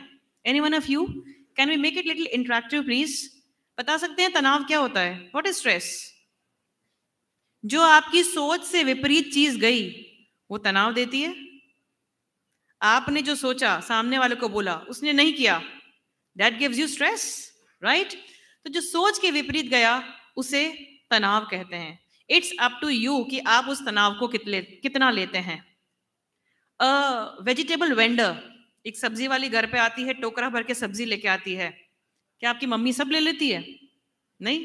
तनाव भी वही है, एक कचरे के टोकरे की तरह होता है। It's up to you how much you take. सामने वाला देने बैठा है, हम कितना नाराज होते हैं, उसने ये बोल दिया, उसने ये बोल दिया, वो तो बोलेगा, उसकी प्रकृति है, but it's up to you that आप उसे कितना ग्रहण करते हैं।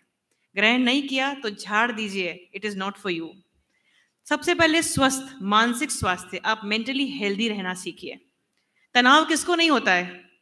एक 3 महीने के बच्चे के हाथ से झुंझुना छीन के दिखा दीजिए आप, पूरा घर सिर पे होता है। 3 महीने का बच्चा, तो हर जने का अपना अपना लेवल का स्ट्रेस है।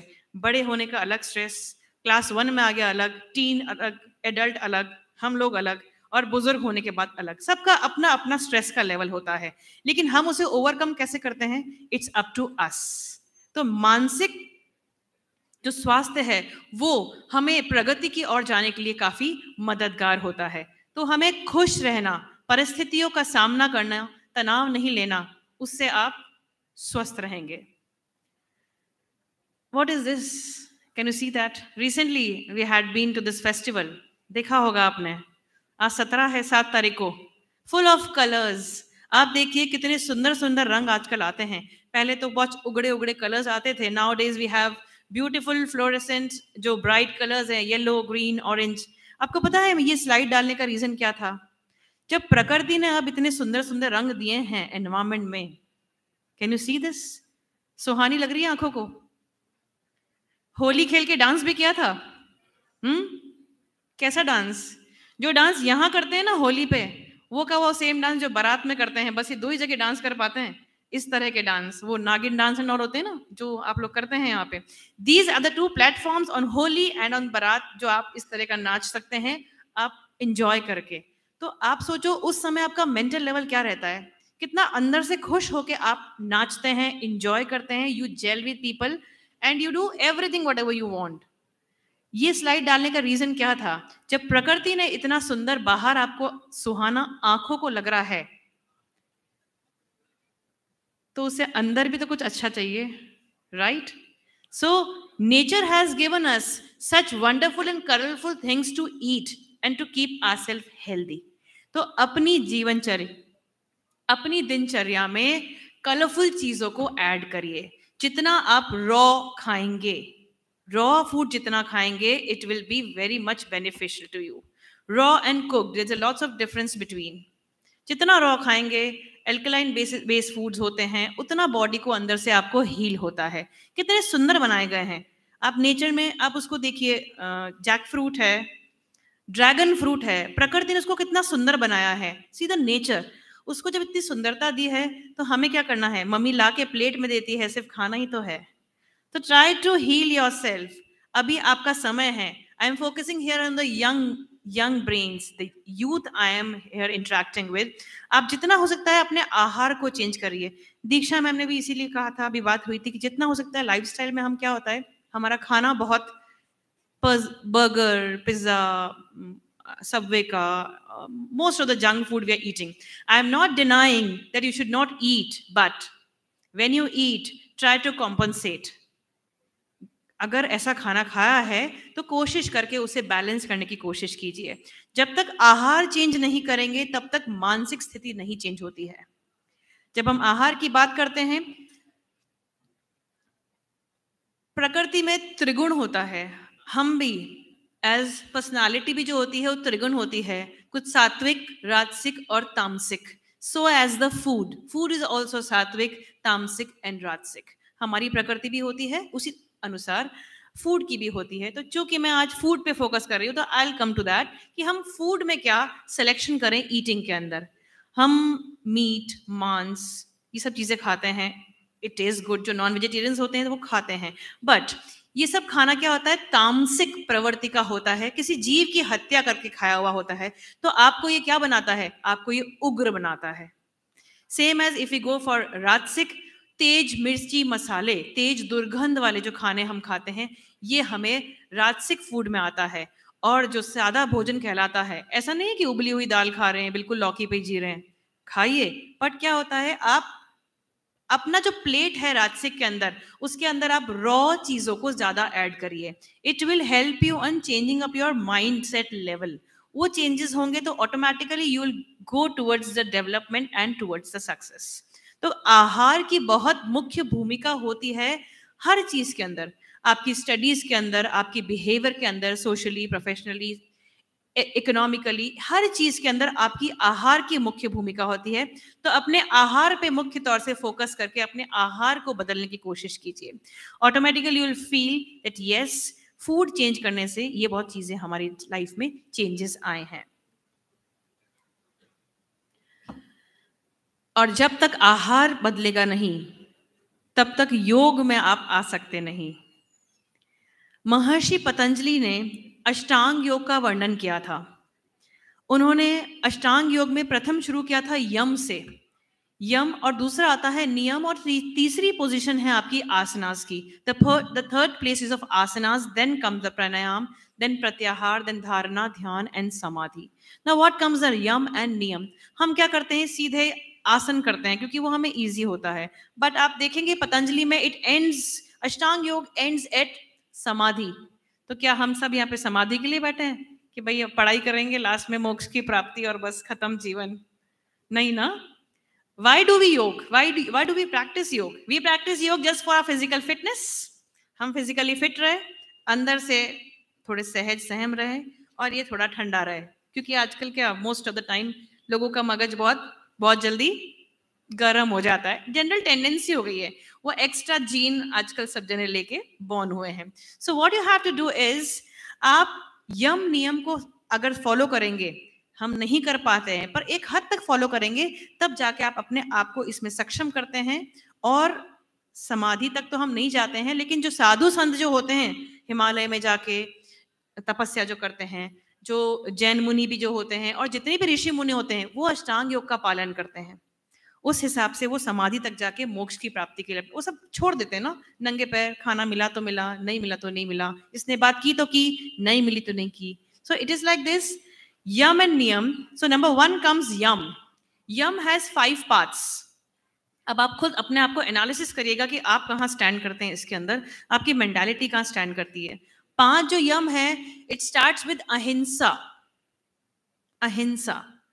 Now the next 3 words coming to you is मन वचन काया। मन वचन काया से अहिंसा का पालन करना चाहिए। ठीक है, मैंने किसी को थप्पड़ लगा दिया, मुझे करम बंधा, मैंने सोच लिया मैं तो इसे छोड़ूंगी नहीं दिमाग में, तो हमारे मन में भी सोच लिया, हमने काया से लगा लिया, और मन और वचन और काया, इन तीनों से करा हुआ जो कर्म होता है ये आपको इफेक्ट करेगा। For giving me the opportunity to share my views to the students, and I, from this stage, I thank the coordinator of University Youth Center, Dr. Dipendra Singh Chauhan Sahab, who made me stand here and share my words. आज उनकी वजह से योग centre में जो है उनकी वजह से है, और आज मैं यहाँ खड़ी हूँ वो सर की वजह से। तो आई owe my respect and bow my head towards you, sir. Thank you so much, everyone.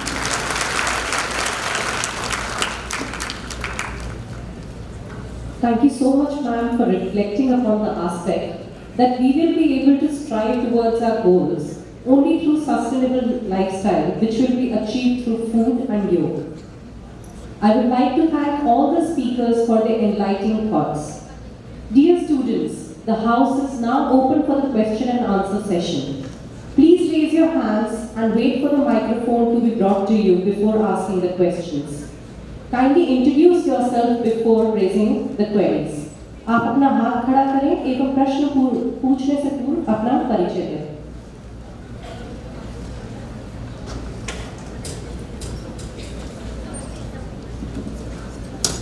Hello, मेरा नाम चंदन देवन है। मैं मोहनलाल सुखाड़े यूनिवर्सिटी गिरी महाविद्यालय की छात्रा हूँ। सर, मेरा क्वेश्चन ये है कि वर्तमान G20 की जो थीम है वसुधैव कुटुंबकम, अर्थात सारा विश्व एक परिवार है, उसके अंतर्गत मैं एक विषय के बारे में आपसे जानकारी लेना चाहूँगी सर। वर्तमान समय में एक भीषण समस्या पूरे विश्व के सामने नजर आ रही है, वह है शरणार्थी संकट। वर्तमान समय में 2,62,00,000 लोग वर्तमान समय में शरणार्थी के रूप में अन्य देशों में निवास कर रहे हैं सर, और उनकी स्थिति बहुत ही भयावह है सर। तो मैं जैसे कि भारत विश्व गुरु बनने की ओर अग्रसर है और वसुधैव कुटुंबकम हमारे देश से ही अग्रसर है। अयम निज परोवेति गणना लघु चित्तम उदार चरितानाम तु वसुधैव कुटुंबकम, अर्थात छोटे ये मेरा है, ये पराया है, ऐसी गणना लघु चित्त के लोग करते हैं और भारत जैसा देश को पूरे विश्व को अपना मानता है। तो जहाँ हम पूरे विश्व को एक परिवार की तरह देखते हैं, वहाँ मेरा ऐसा मानना है कि हमें शरणार्थी संकट जो एक भयावह समस्या है उसके निराकरण के लिए भी कुछ उपाय की व्यवस्था करनी चाहिए सर, और इसके लिए भारत की तरफ से क्या प्रयास होना चाहिए, ये मेरा आपसे सवाल है sir.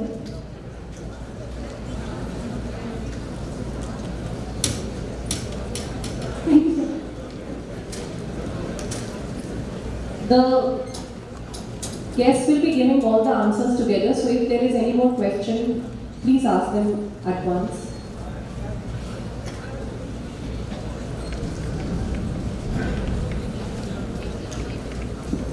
Hello. Hello sir, my name is Jagdeep Singh Devra. I am from University College of Science, Department of Biotechnology. Sir, my question is to you. Will this presidency of G20 push India's ambition to become a permanent member of UNSC, United Nations Security Council, and how fast is the process in near future? Thank you, sir.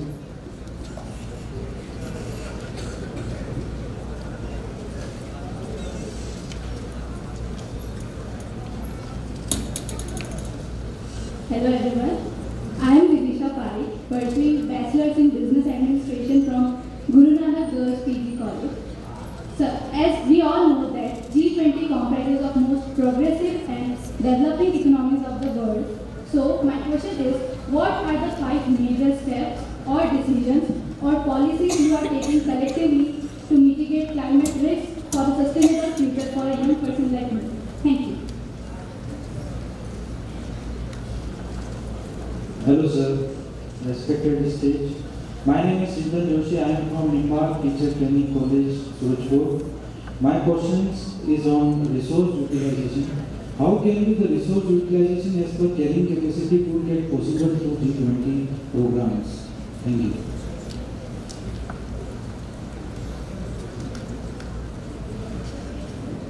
Good afternoon. My question is to Honorable Satbeer Singh. Will India's recent and helpful foreign policy will be enough to combat our neighbors' expansionist policy? And will you also give some remarks about India's low-peace policies and its current status? आया है मैं Vivekananda college of BEd से हूँ। Sir मेरा ये तर्क है कि सर जो अभी जलवायु परिवर्तन हो रहा है उससे किसानों को जो नुकसान हो रहा है उसके लिए कोई भरपाई की ऐसी व्यवस्था नहीं है। अभी जो व्यवस्था जलवायु परिवर्तन हुआ है इससे किसानों को बहुत नुकसान हुआ है, तो सरकार को इस पर ध्यान देना चाहिए या नहीं चाहिए? Thank you sir.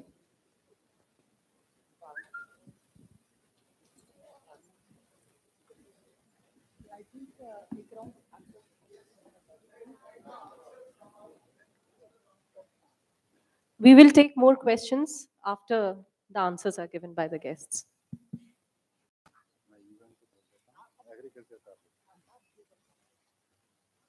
Well,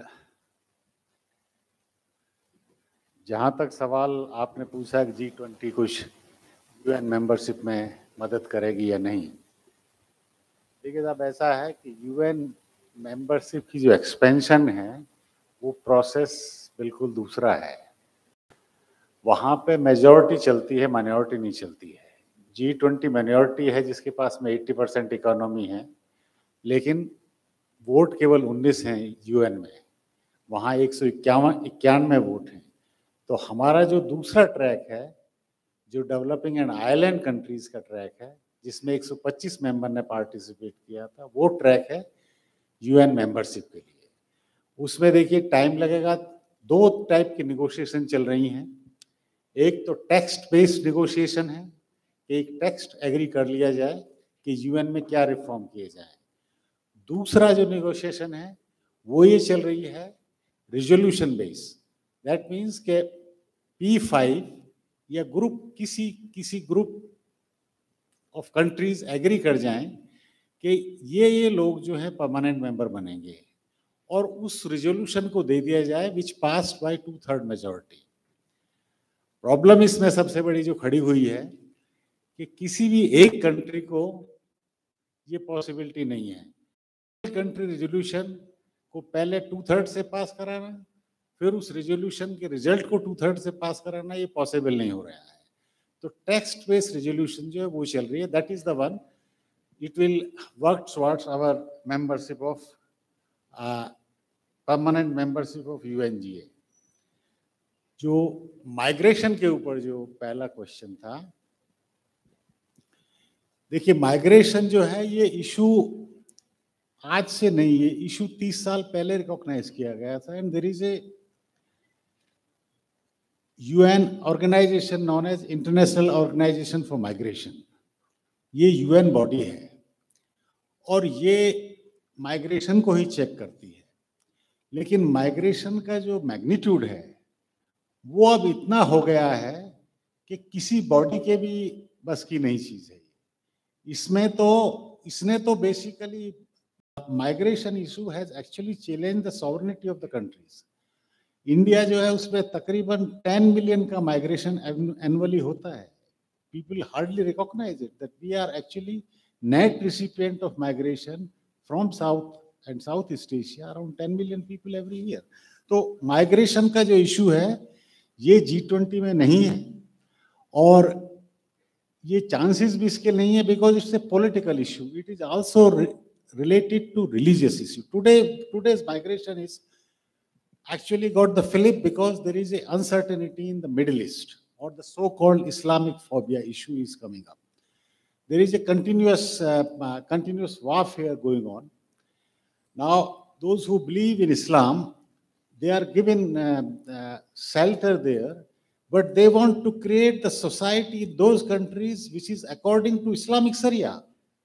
This is nothing to do with what you call the core issues of migration, whether it is persecution, whether it is economic necessity, whether political banning for your political views.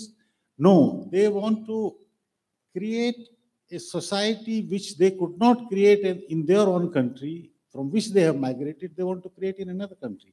So this has come to a fore. And this will continue. So I don't think so G20 will tackle this, because G20 is basically economic and financial body. It has got the political content because the foreign ministers have joined it and the leadership has joined. Till 2008, it was basically economic and finance. So the migration is going to be a problem some, and I don't think so G20 will be attended. What was that? और क्या है? हाँ, look east policy. You see, it is no longer a look east policy who has asked. It is a act east policy. If you look these 10 countries of ASEAN, 9 of them actually have their language and culture, which is our legacy. That means it is an Indian legacy culture. Very few people know that Thai, which is written in Brahmi script, has the same consonants and vowel what you have in Hindi today. That means when the Nagari in 10th and 11th century, when the Thai language developed, the Nagari's consonants and vowels were taken, but were written in Brahmi scripts, not in Nagari script. That is the Thai language. So all these countries have that component of Indian civilizational interaction. For us, it is important to find the synergies where we can cooperate. Apart from culture and religion, we have moved on security area. In fact, if you look at it, the best security cooperation today is between Indonesia, Thailand, and India. That is the track going on. You have a BIMSTEC, which is separate body for cooperation. So look, Act East policy is working. And now with the formation of Quad, ASEAN is the core of Quad, Indian Ocean region security. So Act East policy is functioning there. Thank you.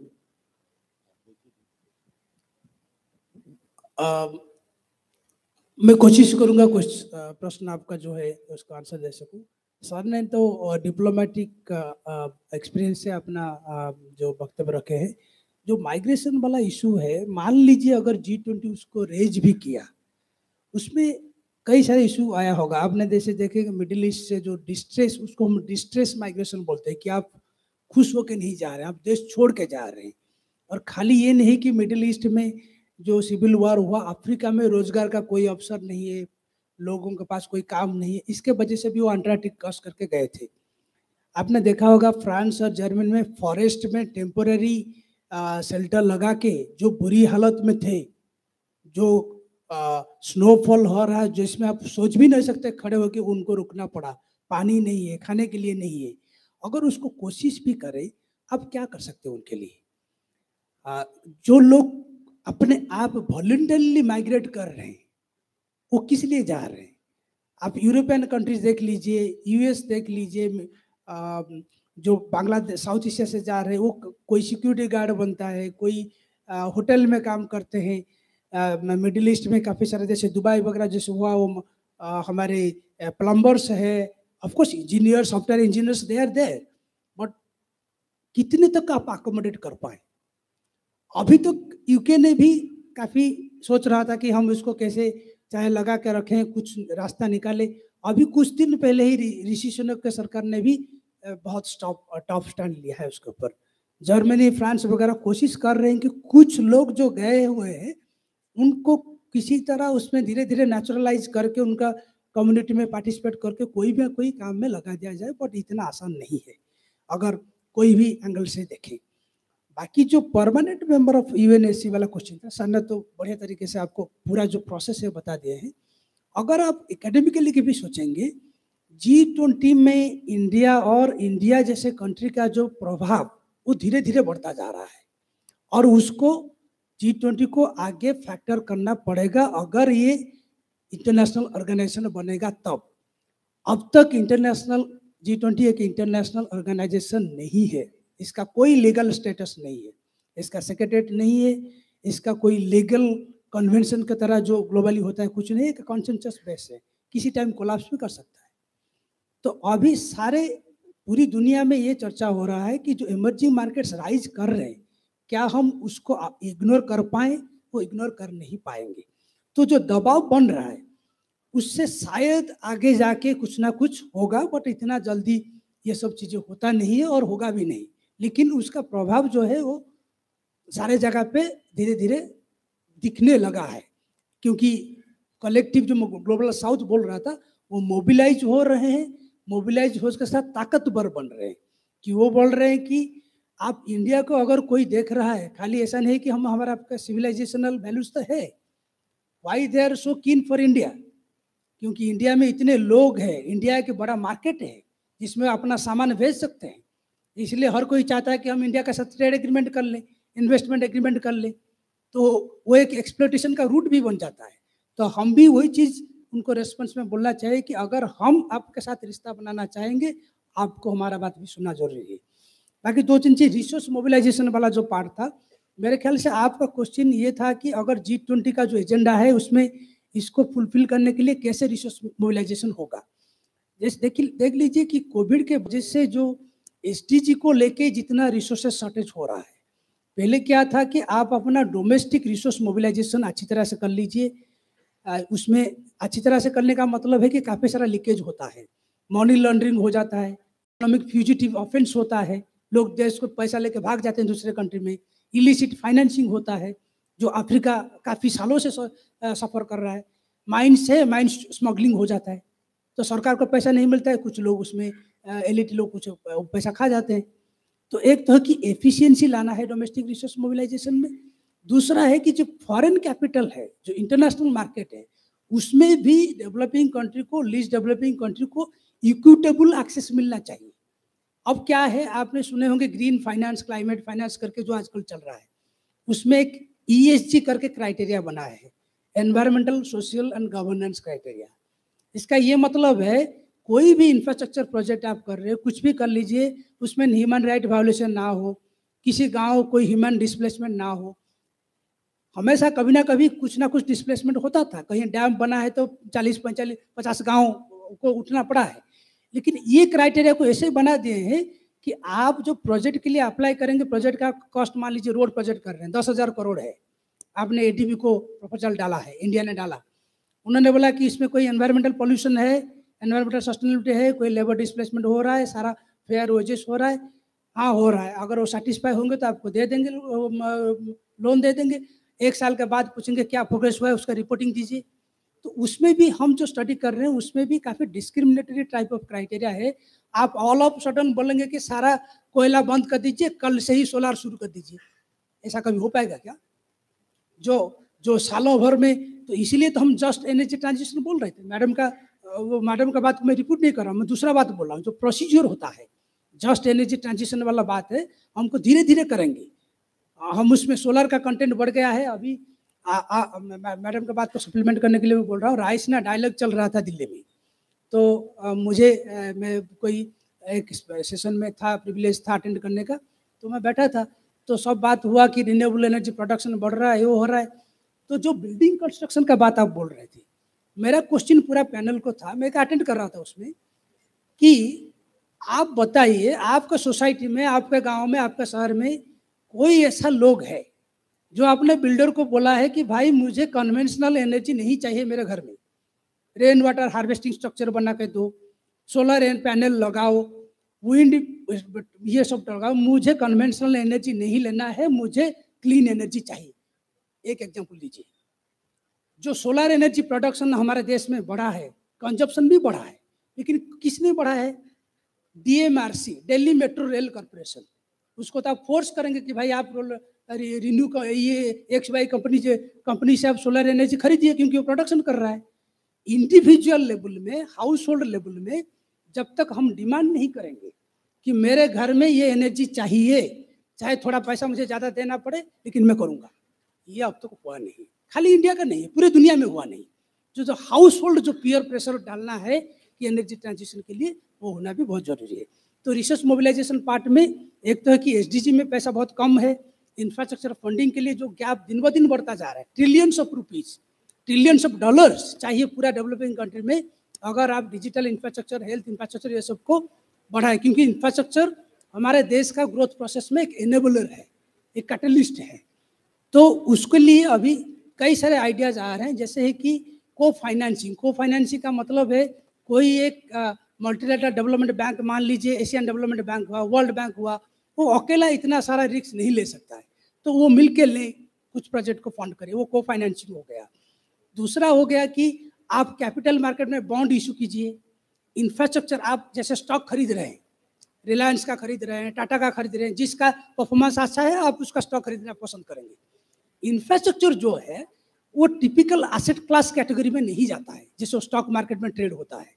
तो अभी काफ़ी सालों से उसमें चर्चा हो रहा है कि इंफ्रास्ट्रक्चर बॉन्ड को भी, इंफ्रास्ट्रक्चर को भी आप फाइनेंशियल एसेट का दर्जा दीजिए, उसका भी रिटर्न को उतना अट्रैक्टिव बनाइए जो आप रिलायंस का स्टॉक खरीद रहे हैं, कल आप उदयपुर रोड प्रोजेक्ट का बॉन्ड भी उसी इंटरेस्ट के साथ खरीदेंगे। अब आप खरीदेंगे, आपको पता नहीं कि कल पैसा मिलेगा कि नहीं मिलेगा। इंस्टीट्यूशनल इन्वेस्टर्स है, LIC, GIC, पेंशन फंड, करोड़ों रुपया उनके पास है, वो क्यों इंफ्रास्ट्रक्चर प्रोजेक्ट में डालेंगे? क्या भरोसा है आज डैम उद्घाटन हो गया तो 10 साल के बाद वो होगा कि नहीं होगा? लेकिन रिलायंस तो चलता रहेगा, उसमें तो रिटर्न मिलता रहेगा। तो इंस्टीट्यूशनल इन्वेस्टर्स को भी कैसे अट्रैक्ट करें, तो इनोवेटिव फाइनेंसिंग के ऊपर भी सोच रहे हैं। फार्मर इशू जो है वो सारे क्षेत्र में, वो एक G20 हो, बिम्स्टेक हो, ट्रेड एग्रीमेंट हो, वो हमेशा एक कंटेंशियस इशू बन के रहा है। जो हाल ही का जो प्रॉब्लम है कि एक तो है कि उनको फेयर प्राइस नहीं मिल रहा है, और जो हार्वेस्ट लॉस हो रहा है। एक बार आपका क्रॉप लॉस हो गया, फार्मर सुसाइड कर देते हैं, क्योंकि जिनको लोन भी मिला नहीं है उनको कोई मोराटोरियम मिलता नहीं कि आप 6 महीना 1 साल के बाद, वो कोविड में लोन मोराटोरियम मिला था कुछ लोगों को कि आप पर्सनल लोन हो, एग्रीकल्चर लोन हो, आप 1 साल डेफर कर सकते हैं, 6 महीना 1 साल, उसके बाद आपका EMI शुरू होगा। क्यों ना उसको एक पॉलिसी बना दिया जाए कि जो डिस्ट्रेस फार्मर है उनको भी मोराटोरियम ऑफर किया जाए। प्रधानमंत्री जी ने उनके लिए इंश्योरेंस का कुछ स्कीम बनाया, थोड़ा बहुत राहत उससे मिल रही है। लेकिन बात यह है कि उनको मार्केटिंग कैसे उसका हो, वैल्यू एडिशन कैसा हो। मुझे समय नहीं मिला आपको बोलने के लिए, लेकिन जो आजकल जो डिजिटलाइजेशन की वजह से जो इंडस्ट्री 4.0 हम बोल रहे हैं, जिसमें ऑटोमेशन का बात हो रहा है, 5 लोगों का काम एक मशीन कर देगा, क्या हमारा कंट्री कर सकता है? हम तो चाहेंगे कि ज़्यादा से ज़्यादा लोग एम्प्लॉय हो, लेकिन उसमें ये भी बात आ रहा है कि जरूरी नहीं है कि ह्यूमन लेबर को मशीन रिप्लेस करेगा, उसका स्किल चेंज होगा। वो मशीन को चलाने के लिए भी तो लोग चाहिए। तो नया नया स्किल डेवलपमेंट जो हो रहा है उसमें लोगों को ट्रेन करके, जो इस सेक्टर से जो लोग अनएम्प्लॉयड हो गए वो दूसरा सेक्टर में जाके काम करेंगे। इस तरह का कुछ मतलब प्रबंध किया जा सकता है। बाकी आर्टिस्ट तो सर ने बता दिए हैं, आर्टिस्ट में RIS में भी कुछ काम कर रहे हैं। आर्टिस्ट का ये फायदा अभी हुआ है कि साउथ एशिया और साउथ ईस्ट एशिया के बीच में जो एक लैंड कॉरिडोर जैसा एक बन रहा है, और इंडो पैसिफिक में आसियान का जो प्रमुख रोल है, वो सारा चीज़ अभी कुछ डिविडेंड इंडिया को दे रहा है। और इसके वजह से एक सबसे बड़ा टैंजिबल प्रोजेक्ट उसमें है ट्राइलैटरल हाईवे, जो इंडिया म्यांमार और थाईलैंड के बीच में रोड कनेक्टिविटी, पूरा डायरेक्ट रोड बन रहा है। जो कॉलोनियल ब्रिटिश टाइम पे जो छोटा छोटा नैरो ब्रिज था मैंगलोर म्यांमार साइड में, उसने इंडिया का सहायता में उसमें वो ब्रिज को वाइड कर दिया गया है। मैंने मैंगलोर म्यांमार साइड में गया था, वहाँ उनका जो हमारे जो कंपनी है काम कर रहे हैं, हम लोग ने उनसे मिलकर बात करके आए हैं। तो काफ़ी प्रोग्रेस हो रहा है। वो आगे बढ़ के थाईलैंड से आगे भी जाएगा। थाईलैंड और म्यांमार का जो बॉर्डर है सायमोतो जो उसको बोलते हैं, उसके आगे कंबोडिया, लाओ, वियतनाम तक वो रोड कनेक्टिविटी बढ़ने का थ्रू लैंड रूट वो हो रहा है। तो कुछ ऐसे कंक्रीट प्रोजेक्ट है जिसमें ये सब चीज़ें सामने आ रही है। तो G20 एक अवसर है, यही G20 में सारा प्रेसिडेंसी में सब कुछ हो जाएगा और यहीं पे ख़त्म हो जाएगा, ऐसा कुछ नहीं है। ये एक प्रोसेस है, इस प्रोसेस में कुछ कॉन्सेंसस बनेगा और कुछ एनर्जी और मोटिवेशन मिलेगा कि हम आगे कुछ कर सकते हैं। Thank you. Thank you so much. We are a little short on time, so for the questions, I would request all of you to kindly address the same to the coordinator G20 of Mohanlal Sukhadia University, and same would be forwarded to our guests, and I would request them to then answer the same. Thank you so much. I thank everyone for the thought-provoking questions, and I also thank the speakers for addressing the same. Moving ahead with the program, I would request the dignitaries on the dais to release the G20 souvenir of Mohanlal Sukhadia University. The souvenir is a compilation of articles on various topics and issues related to G20 agenda. I also request the editorial board of the souvenir, Dr. Meenakshi Jain, Dr. Anjali Singh, and Mr. Hitarth to kindly come on the stage for the release.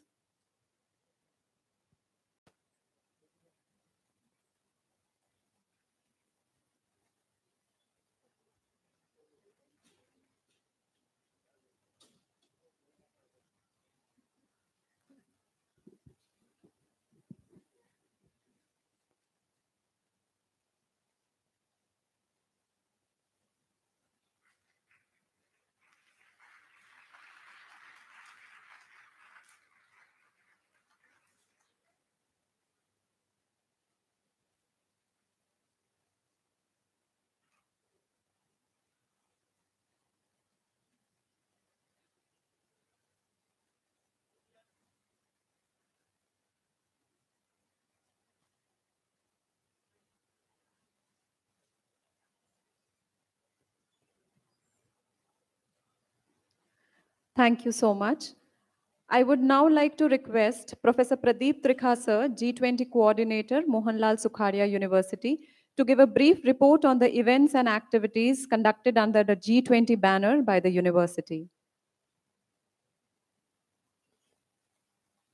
आदरणीय मंच और पधारे हुए विद्यार्थी एवं faculty members, ये हमारा सौभाग्य है कि G20 का इतना बड़ा जो आयोजन है वो हम हमारे विश्वविद्यालय में इस रूप में कर रहे हैं, जहाँ पर जब हम लोग ऑडिटोरियम में आए तो मुझे यहाँ से वहाँ तक एक ऐसा सैलाब दिखाई दिया विद्यार्थियों का जिनमें भरपूर जोश था। और मैं तमाम जितने भी कॉलेजेस के और इंस्टीट्यूशंस के प्रिंसिपल्स हैं और स्टूडेंट्स हैं और उनके फैकल्टी मेंबर्स हैं, उनको तहे दिल से शुक्रिया अदा करता हूं कि आपने इस आयोजन में बढ़ चढ़ के हिस्सा लिया।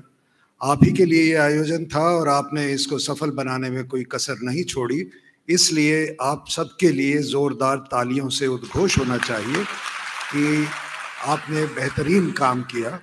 और हम ये चाहते हैं कि ये सिलसिला यहाँ विराम न लगे, बल्कि ये सिलसिला आगे चलता रहे और भारतवर्ष यूं ही प्रगति के मार्ग पर अग्रसर रहे। और मैं ये भी जोड़ना चाहूँगा कि इस पूरे आयोजन का जो सिलसिला है वो 1 दिसंबर 2022 के बाद शुरुआत की इस विश्वविद्यालय ने, और बहुत से आयोजनों का हमने उसको अंजाम दिया, उसको एक मुकाम तक लेकर के आए। हमारे फैकल्टी मेंबर्स ने बढ़ चढ़ के हिस्सा लिया इसमें। उन्होंने तमाम स्टूडेंट्स को G20 के बारे में जानकारियां पहुंचाई, वेबसाइट के माध्यम से, सोशल मीडिया के माध्यम से, और हमने कुछ आयोजन किए जिसमें एक ऐसे राइटिंग कंपटीशन था जो डॉक्टर नेहा पालीवाल कोऑर्डिनेट कर रहे थे इकोनॉमिक्स डिपार्टमेंट से, और ऐसे जो था वो क्लाइमेट चेंज और सस्टेनेबल डेवलपमेंट पर था, क्योंकि यही विषय G20 के सेक्रेटेरिएट से हमें दिया गया था कि ये विश्वविद्यालय क्लाइमेट चेंज और सस्टेनेबल डेवलपमेंट पर बात करेगा और इकोनॉमिक एस्पेक्ट पर उसके बात करेगा। तो विचार ये आया कि क्यों ना इसके ऊपर एक ऐसे कंपटीशन कराया जाए, और उसके बाद एक क्विज प्रोग्राम हमने आयोजित किया जिसके आयोजक थे डॉक्टर DS चौहान और मैडम अनुया वर्मा, जो एनवायरनमेंट साइंस से और ज्योग्राफी विभाग से हैं, और बेहद सफल आयोजन रहा। हमें ये जानकर और ये बताकर बड़ी खुशी है कि हम ये मान के चलते थे कि शायद विश्वविद्यालय के जितने भी कॉन्स्टिट्यूएंट कॉलेजेस हैं, अक्सर विद्यार्थी वहाँ से आते हैं, मगर हमारे जो एफिलिएटेड कॉलेजेस हैं वहाँ से बहुत से विद्यार्थियों ने हिस्सा लिया, और कमोबेश हमारे लिए ये मुश्किल हुई कि हम उनका चयन कैसे करेंगे। फिर भी विद्यार्थियों ने हिस्सा लिया और हमने उनका चयन जो है टीम 1, 2, 3 इस तरह से उनके लिए प्राइजेस भी रखे थे, जो अभी हम अनाउंस करेंगे। और इसके बाद हमने एक पोस्टर मेकिंग कंपटीशन भी आयोजित किया था, जिसके मुख्य आयोजक जो थे वो DV वशिष्ठ साहब थे, और उनका सहयोग कर रहे थे शाहिद परवेज सर, जो हमारे यहाँ विजुअल आर्ट फैकल्टी में है। और उन्होंने जो है विद्यार्थियों से भी खूब मोटिवेट किया और बीएड कॉलेजेस के भी विद्यार्थियों ने खूब बढ़ चढ़ के हिस्सा लिया। और फिर आप उनके जो पोस्टर हैं जो इन्वायरमेंट से रिलेटेड हैं, सस्टेनेबल डेवलपमेंट से रिलेटेड हैं, वो मेरे सीधे हाथ की तरफ जो गैलरी है यहाँ लगे हुए हैं। मगर ये बताते हुए मुझे बेहद खुशी है कि फैशन टेक्नोलॉजी डिपार्टमेंट इन सभी डिपार्टमेंट से बहुत तेजी से आगे निकल गया। उन्होंने लगातार 3 दिन तक आयोजन किए, तो इसलिए उनके लिए बहुत सारी तालियां होनी चाहिए। उन्होंने 13, 14 और फिर 15 को करना था, जिसको उन्होंने 16 को आयोजन पोस्टपोन किया और फैशन शो आयोजित किया गया और लगभग उसमें 80 विद्यार्थियों ने भाग ले डाला। तो जो प्रोग्राम हम ये सोच के चलते थे कि शायद आधा घंटा चलेगा या हम 45 मिनट में ख़त्म करेंगे, कल शाम को वो प्रोग्राम लगभग 2 घंटे तक जारी रहा, जिसमें आदरणीय प्रियदर्शी दास साहब ने भी शिरकत की और इन्हें बहुत पसंद आया। और यही बात वो अभी कह रहे थे कि बड़ी एनर्जी थी उनमें जब उन्होंने वो प्रोग्राम देखा। और इसलिए और साथ साथ इतना ही नहीं, हमारे फैशन टेक्नोलॉजी डिपार्टमेंट में डॉक्टर डॉली मोगरा हैं जो हमेशा लीड लेती हैं, उन्होंने एक एग्जीबिशन का भी आयोजन किया जिन्हें क्या नाम से बाहर डिस्प्ले किया गया। और हमारे जो गेस्ट हैं, अभी आपने देखा होगा कि इन्होंने कुछ बैग्स पकड़ के आपको दिखाए थे। ये जो छापे लगाने की सिलसिला है, ये बाहर हुआ था जब हम अंदर आ रहे थे, और ये इंडिगो प्रिंटिंग कहते हैं शायद इसको, जो यहाँ अकोला में की जाती है। आप लोग उसके कपड़े भी इस्तेमाल करते हैं और वहाँ के भी कुछ रिप्रेजेंटेटिव यहाँ पर हैं, तो उनके लिए भी बड़ा खुशी का मौका था। और मैं चाहता हूँ उनके लिए भी तालियां बजनी ही चाहिए कि ये बहुत अच्छा काम वो कर रहे हैं। इसमें हमारे विद्यार्थियों को स्वावलंबी बनाने में उनका बड़ा योगदान है।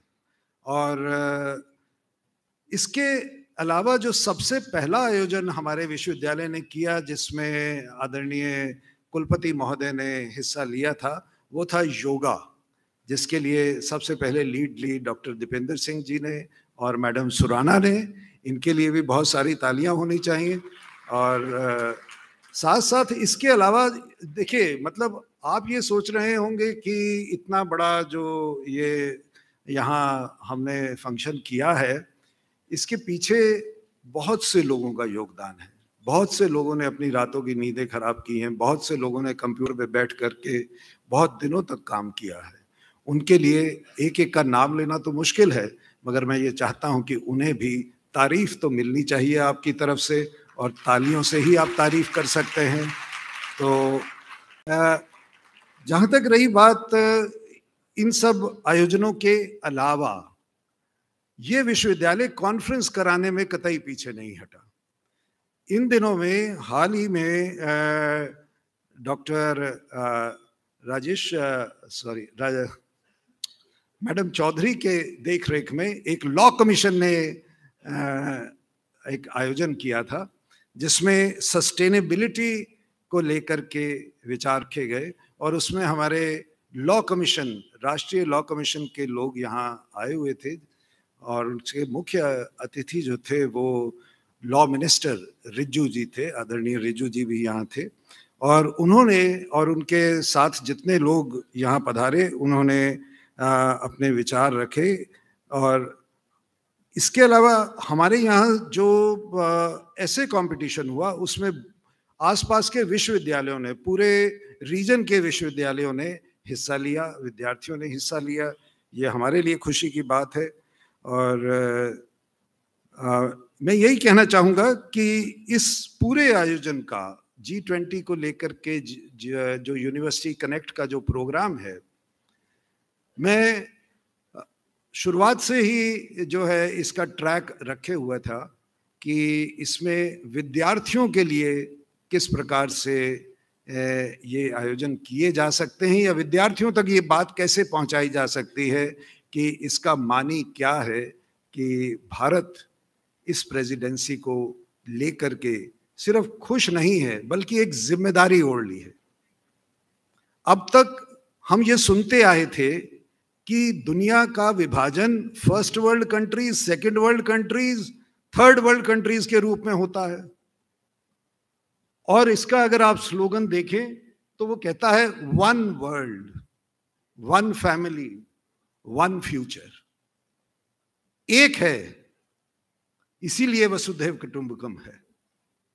ये शायद दूरदृष्टि जो है आदरणीय हमारे प्रधानमंत्री जी की रही होगी, और निश्चित रूप से उनके साथ बहुत से लोग काम करते हैं, उनके पीएमओ की रही होगी कि क्यों ना कुछ ऐसा किया जाए जिसमें बराबरी का एहसास हो, जिसमें प्रगतिवादी या प्रगतिशील या डेवलपिंग इस किस्म का जो बिखराव है वो ना हो, बल्कि ये हो। तो मैं अपनी बात यहीं समाप्त करूंगा क्योंकि समय बहुत हो चला है। आप लोगों ने मुझे इत्मीनान से सुना, उसका बहुत बहुत शुक्रिया। Thank you very much. बहुत बहुत sir. Dear students, now comes the most awaited moment, the announcement of the results of the various G20 activities and prize distribution. There were 4 major competitive events, namely the essay competition held on 28th February for undergraduates, postgraduates, and research scholars, poster making competition held on 3rd March 2023, quiz competition held on 27 February 2023, and Swarnim 2023 design show held yesterday. The winners of the essay competition undergraduate category are, the 3rd prize winner is Shravan Singh, BA B.Ed, second year student, Mohanlal Sukhadia University. Shravan Singh, please come on the stage and receive your certificate and prize.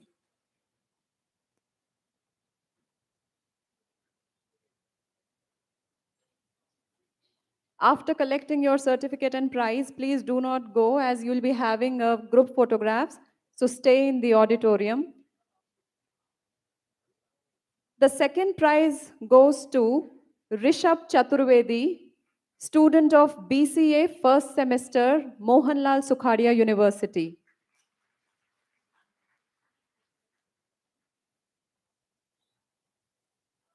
Rishabh Chaturvedi. And the first prize winner is Bushra Sindhi, BSc Agriculture second year student, MPUAT Udaipur. Bushra Sindhi.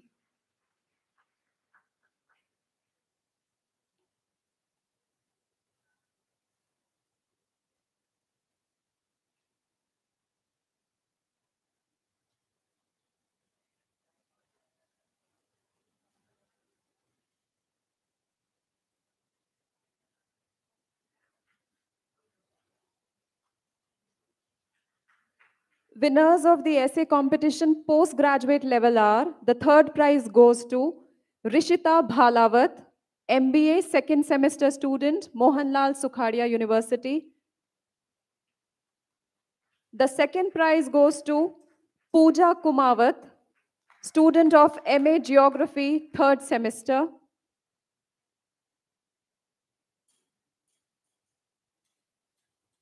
And the first prize winner is Hitesh Chaudhary, student of MA Public Administration 3rd semester.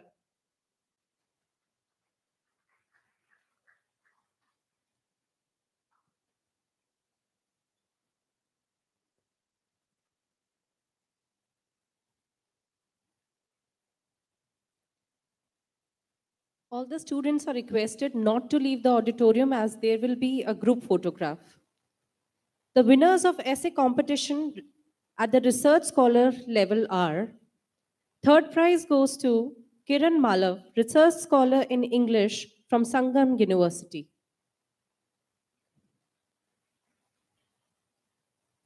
Second prize goes to Aditi Vaishnav, research scholar from BN University.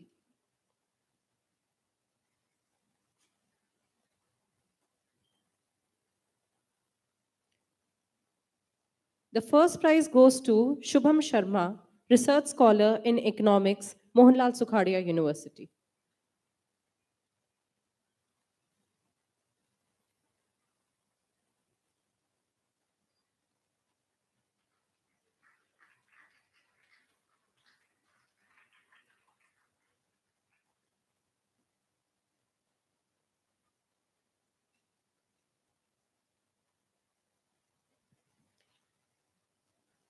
The winners of intercollegiate poster making competition are as follows. Third prize goes to Jaya Solanki from Mohanlal Sukhadia University. Jaya Solanki from Mohanlal Sukhadia University. The second prize goes to Divya Bangar from Mohanlal Sukhadia University. And the first prize goes to Ritik Vaishnav, Mohanlal Sukhadia University. Jaya Solanki, Divya Bangar, and Ritik Vaishnav. The winners of the quiz competition, it was a team competition with 2 members in each team. The third prize goes to Shravanlal Gurjar, MA Hindi first semester, and Pooja Kumawat, MA Geography third semester, Mohanlal Sukhadia University. Shravanlal Gurjar, Pooja Kumawat. The second prize winners are Rajendra Mewada, MA Geography third semester, and Ratan Lal, MA Economics. Rajendra Mewada and Ratan Lal.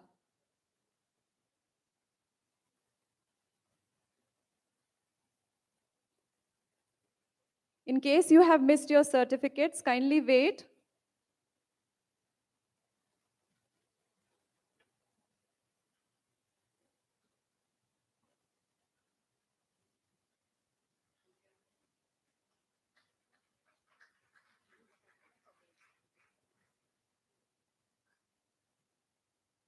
The first prize winners of the quiz competition are Jaidev Singh Devda, BSc Biotechnology first semester, and Rohan Poddar, BSc Biotechnology fifth semester. Jaidev Singh Devda and Rohan Poddar.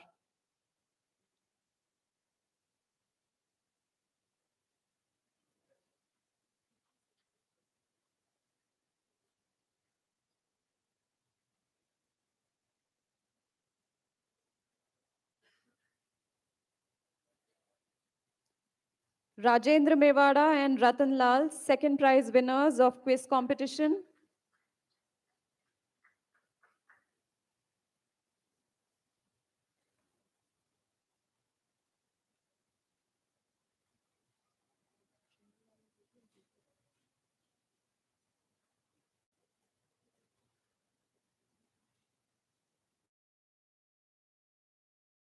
Quiz competition, Jaidev Singh Devda and Rohan Poddar.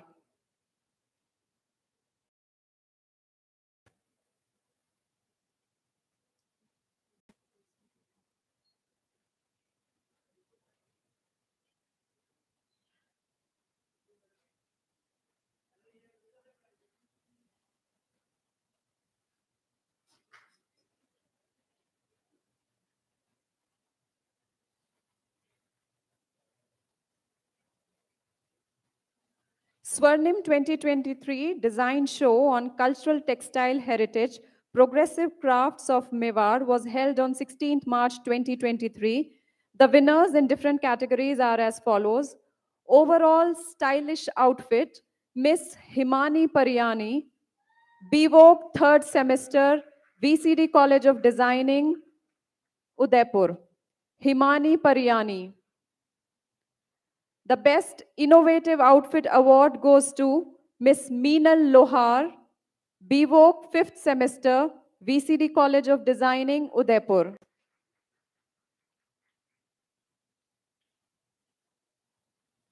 The Traditional Outfit Award goes to Miss Shrestha Pandya, BVOC 5th semester, from VCD College of Designing.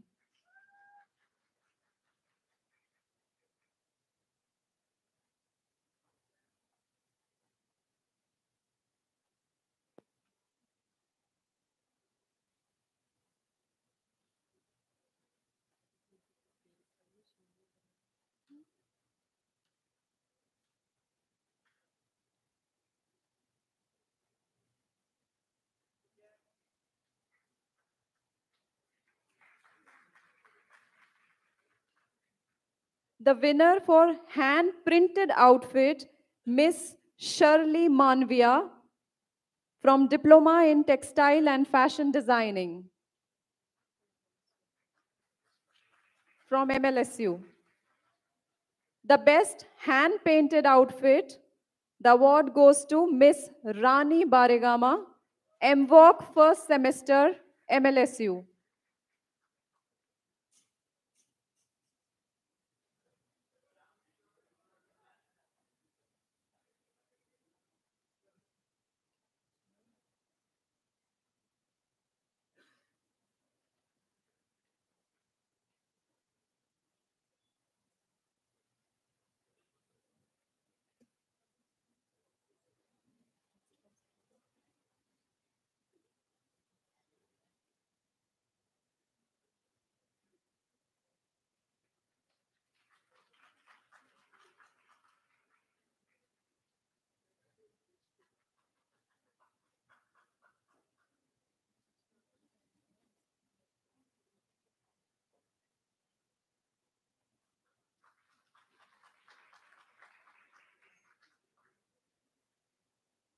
All the winners are requested to come forward for the group photograph. Kindly flank the guests on both the sides.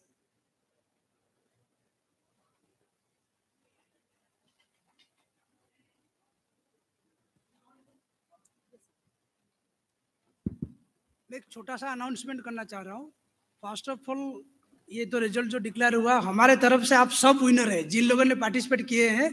अगर आरआईएस को पूछेंगे तो हम सबको award देना चाहेंगे। सबको congratulations. एक बात शायद प्रदीप सर ने मतलब छूट गया उनका बोलने से कि एक डिजिटल सर्टिफिकेट जो सारे विनर्स है वो आरआईएस और G20 सेक्रेटरीट एमईए का सिग्नेचर और हमारे बीसी साहब का जो डिजिटल सिग्नेचर ये सब होगा आपको बाद में ईमेल में भेज दिया जाएगा। जितने सारे कॉम्पिटिशन्स का जो विनर्स हैं तो उसमें आरआईएस, डायरेक्टर जनरल, G20 सेक्रेटरी का जो कंसर्न ऑफिसर होंगे और बीसी साहब ये सब तीनों का डिजिटल सिग्नेचर के साथ सर्टिफिकेट आपको बाद में दिया जाएगा। Thank you.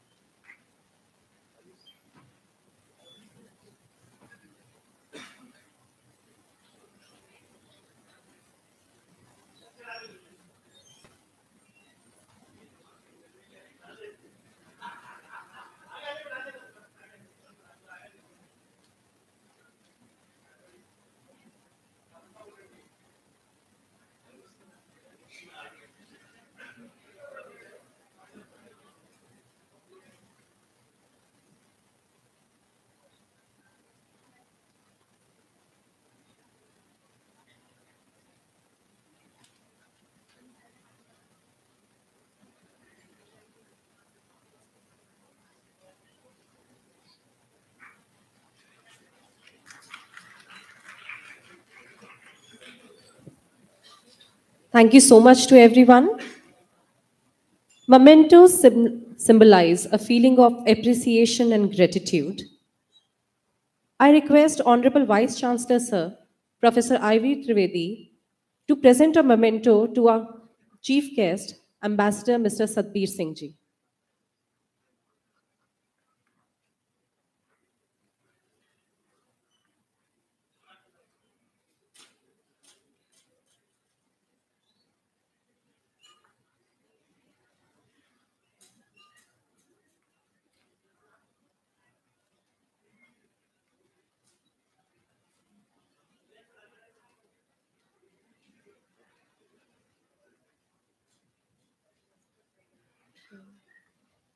Thank you so much, sir. Now I request Professor Pradeep Trikha, G20 Coordinator, Mohanlal Sukhadia University, to present a token of appreciation to our Honorable Vice Chancellor, Professor Ivy Trivedi, sir.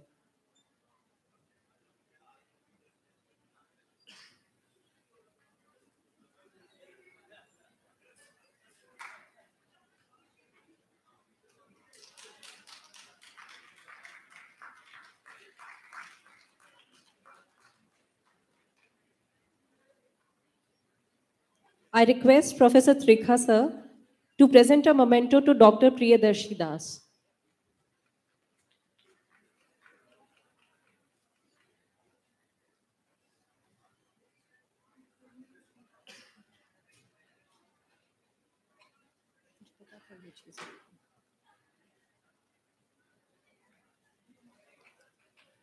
I request Trikha sir to also present a token of appreciation to Dr. Diksha Dave and thereafter Dr. Shubha Surana.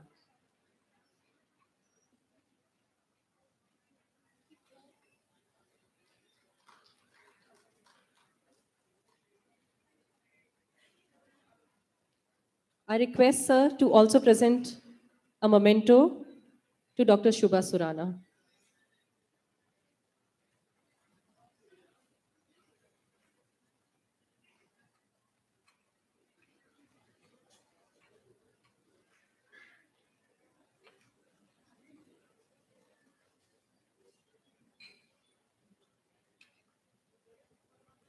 Thank you so much, sir.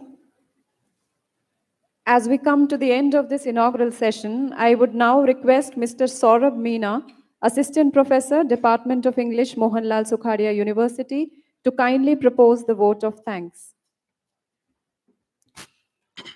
Good afternoon, everyone.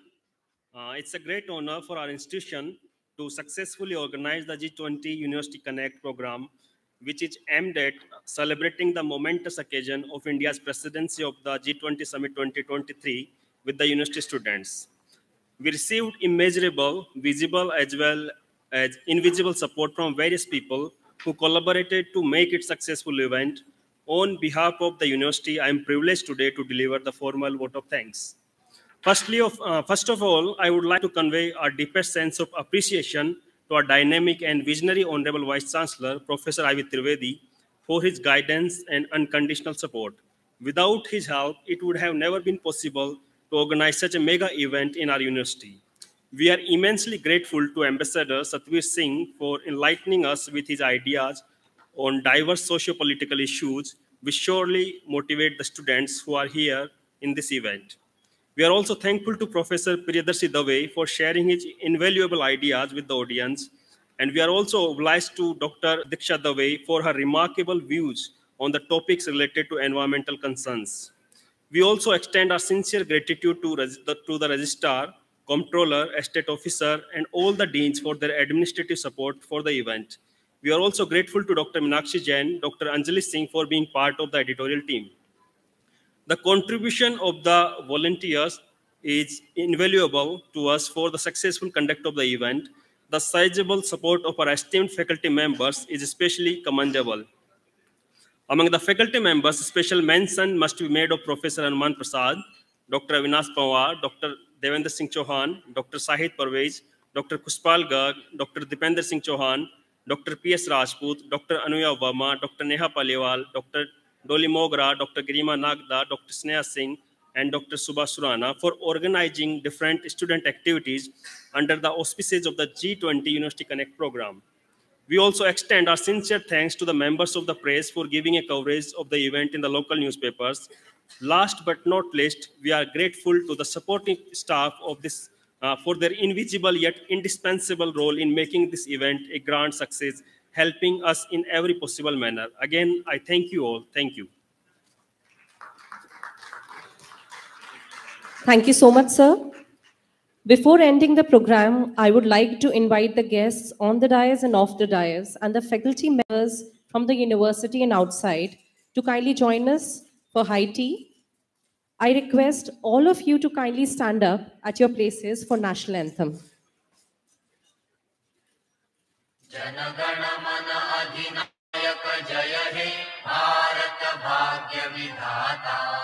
Punjab Sindhu Gujarat Maratha Dravida Utkala Banga Vindhya Himachal Yamuna Ganga उच्छल जलधि तरंग तव शुभ नामे जागे तव शुभ आशीष मागे गाहे तव जय गाथा जनगण मंगलदायक जय हे भारत भाग्य विधाता जय हे जय हे जय हे जय जय जय जय हे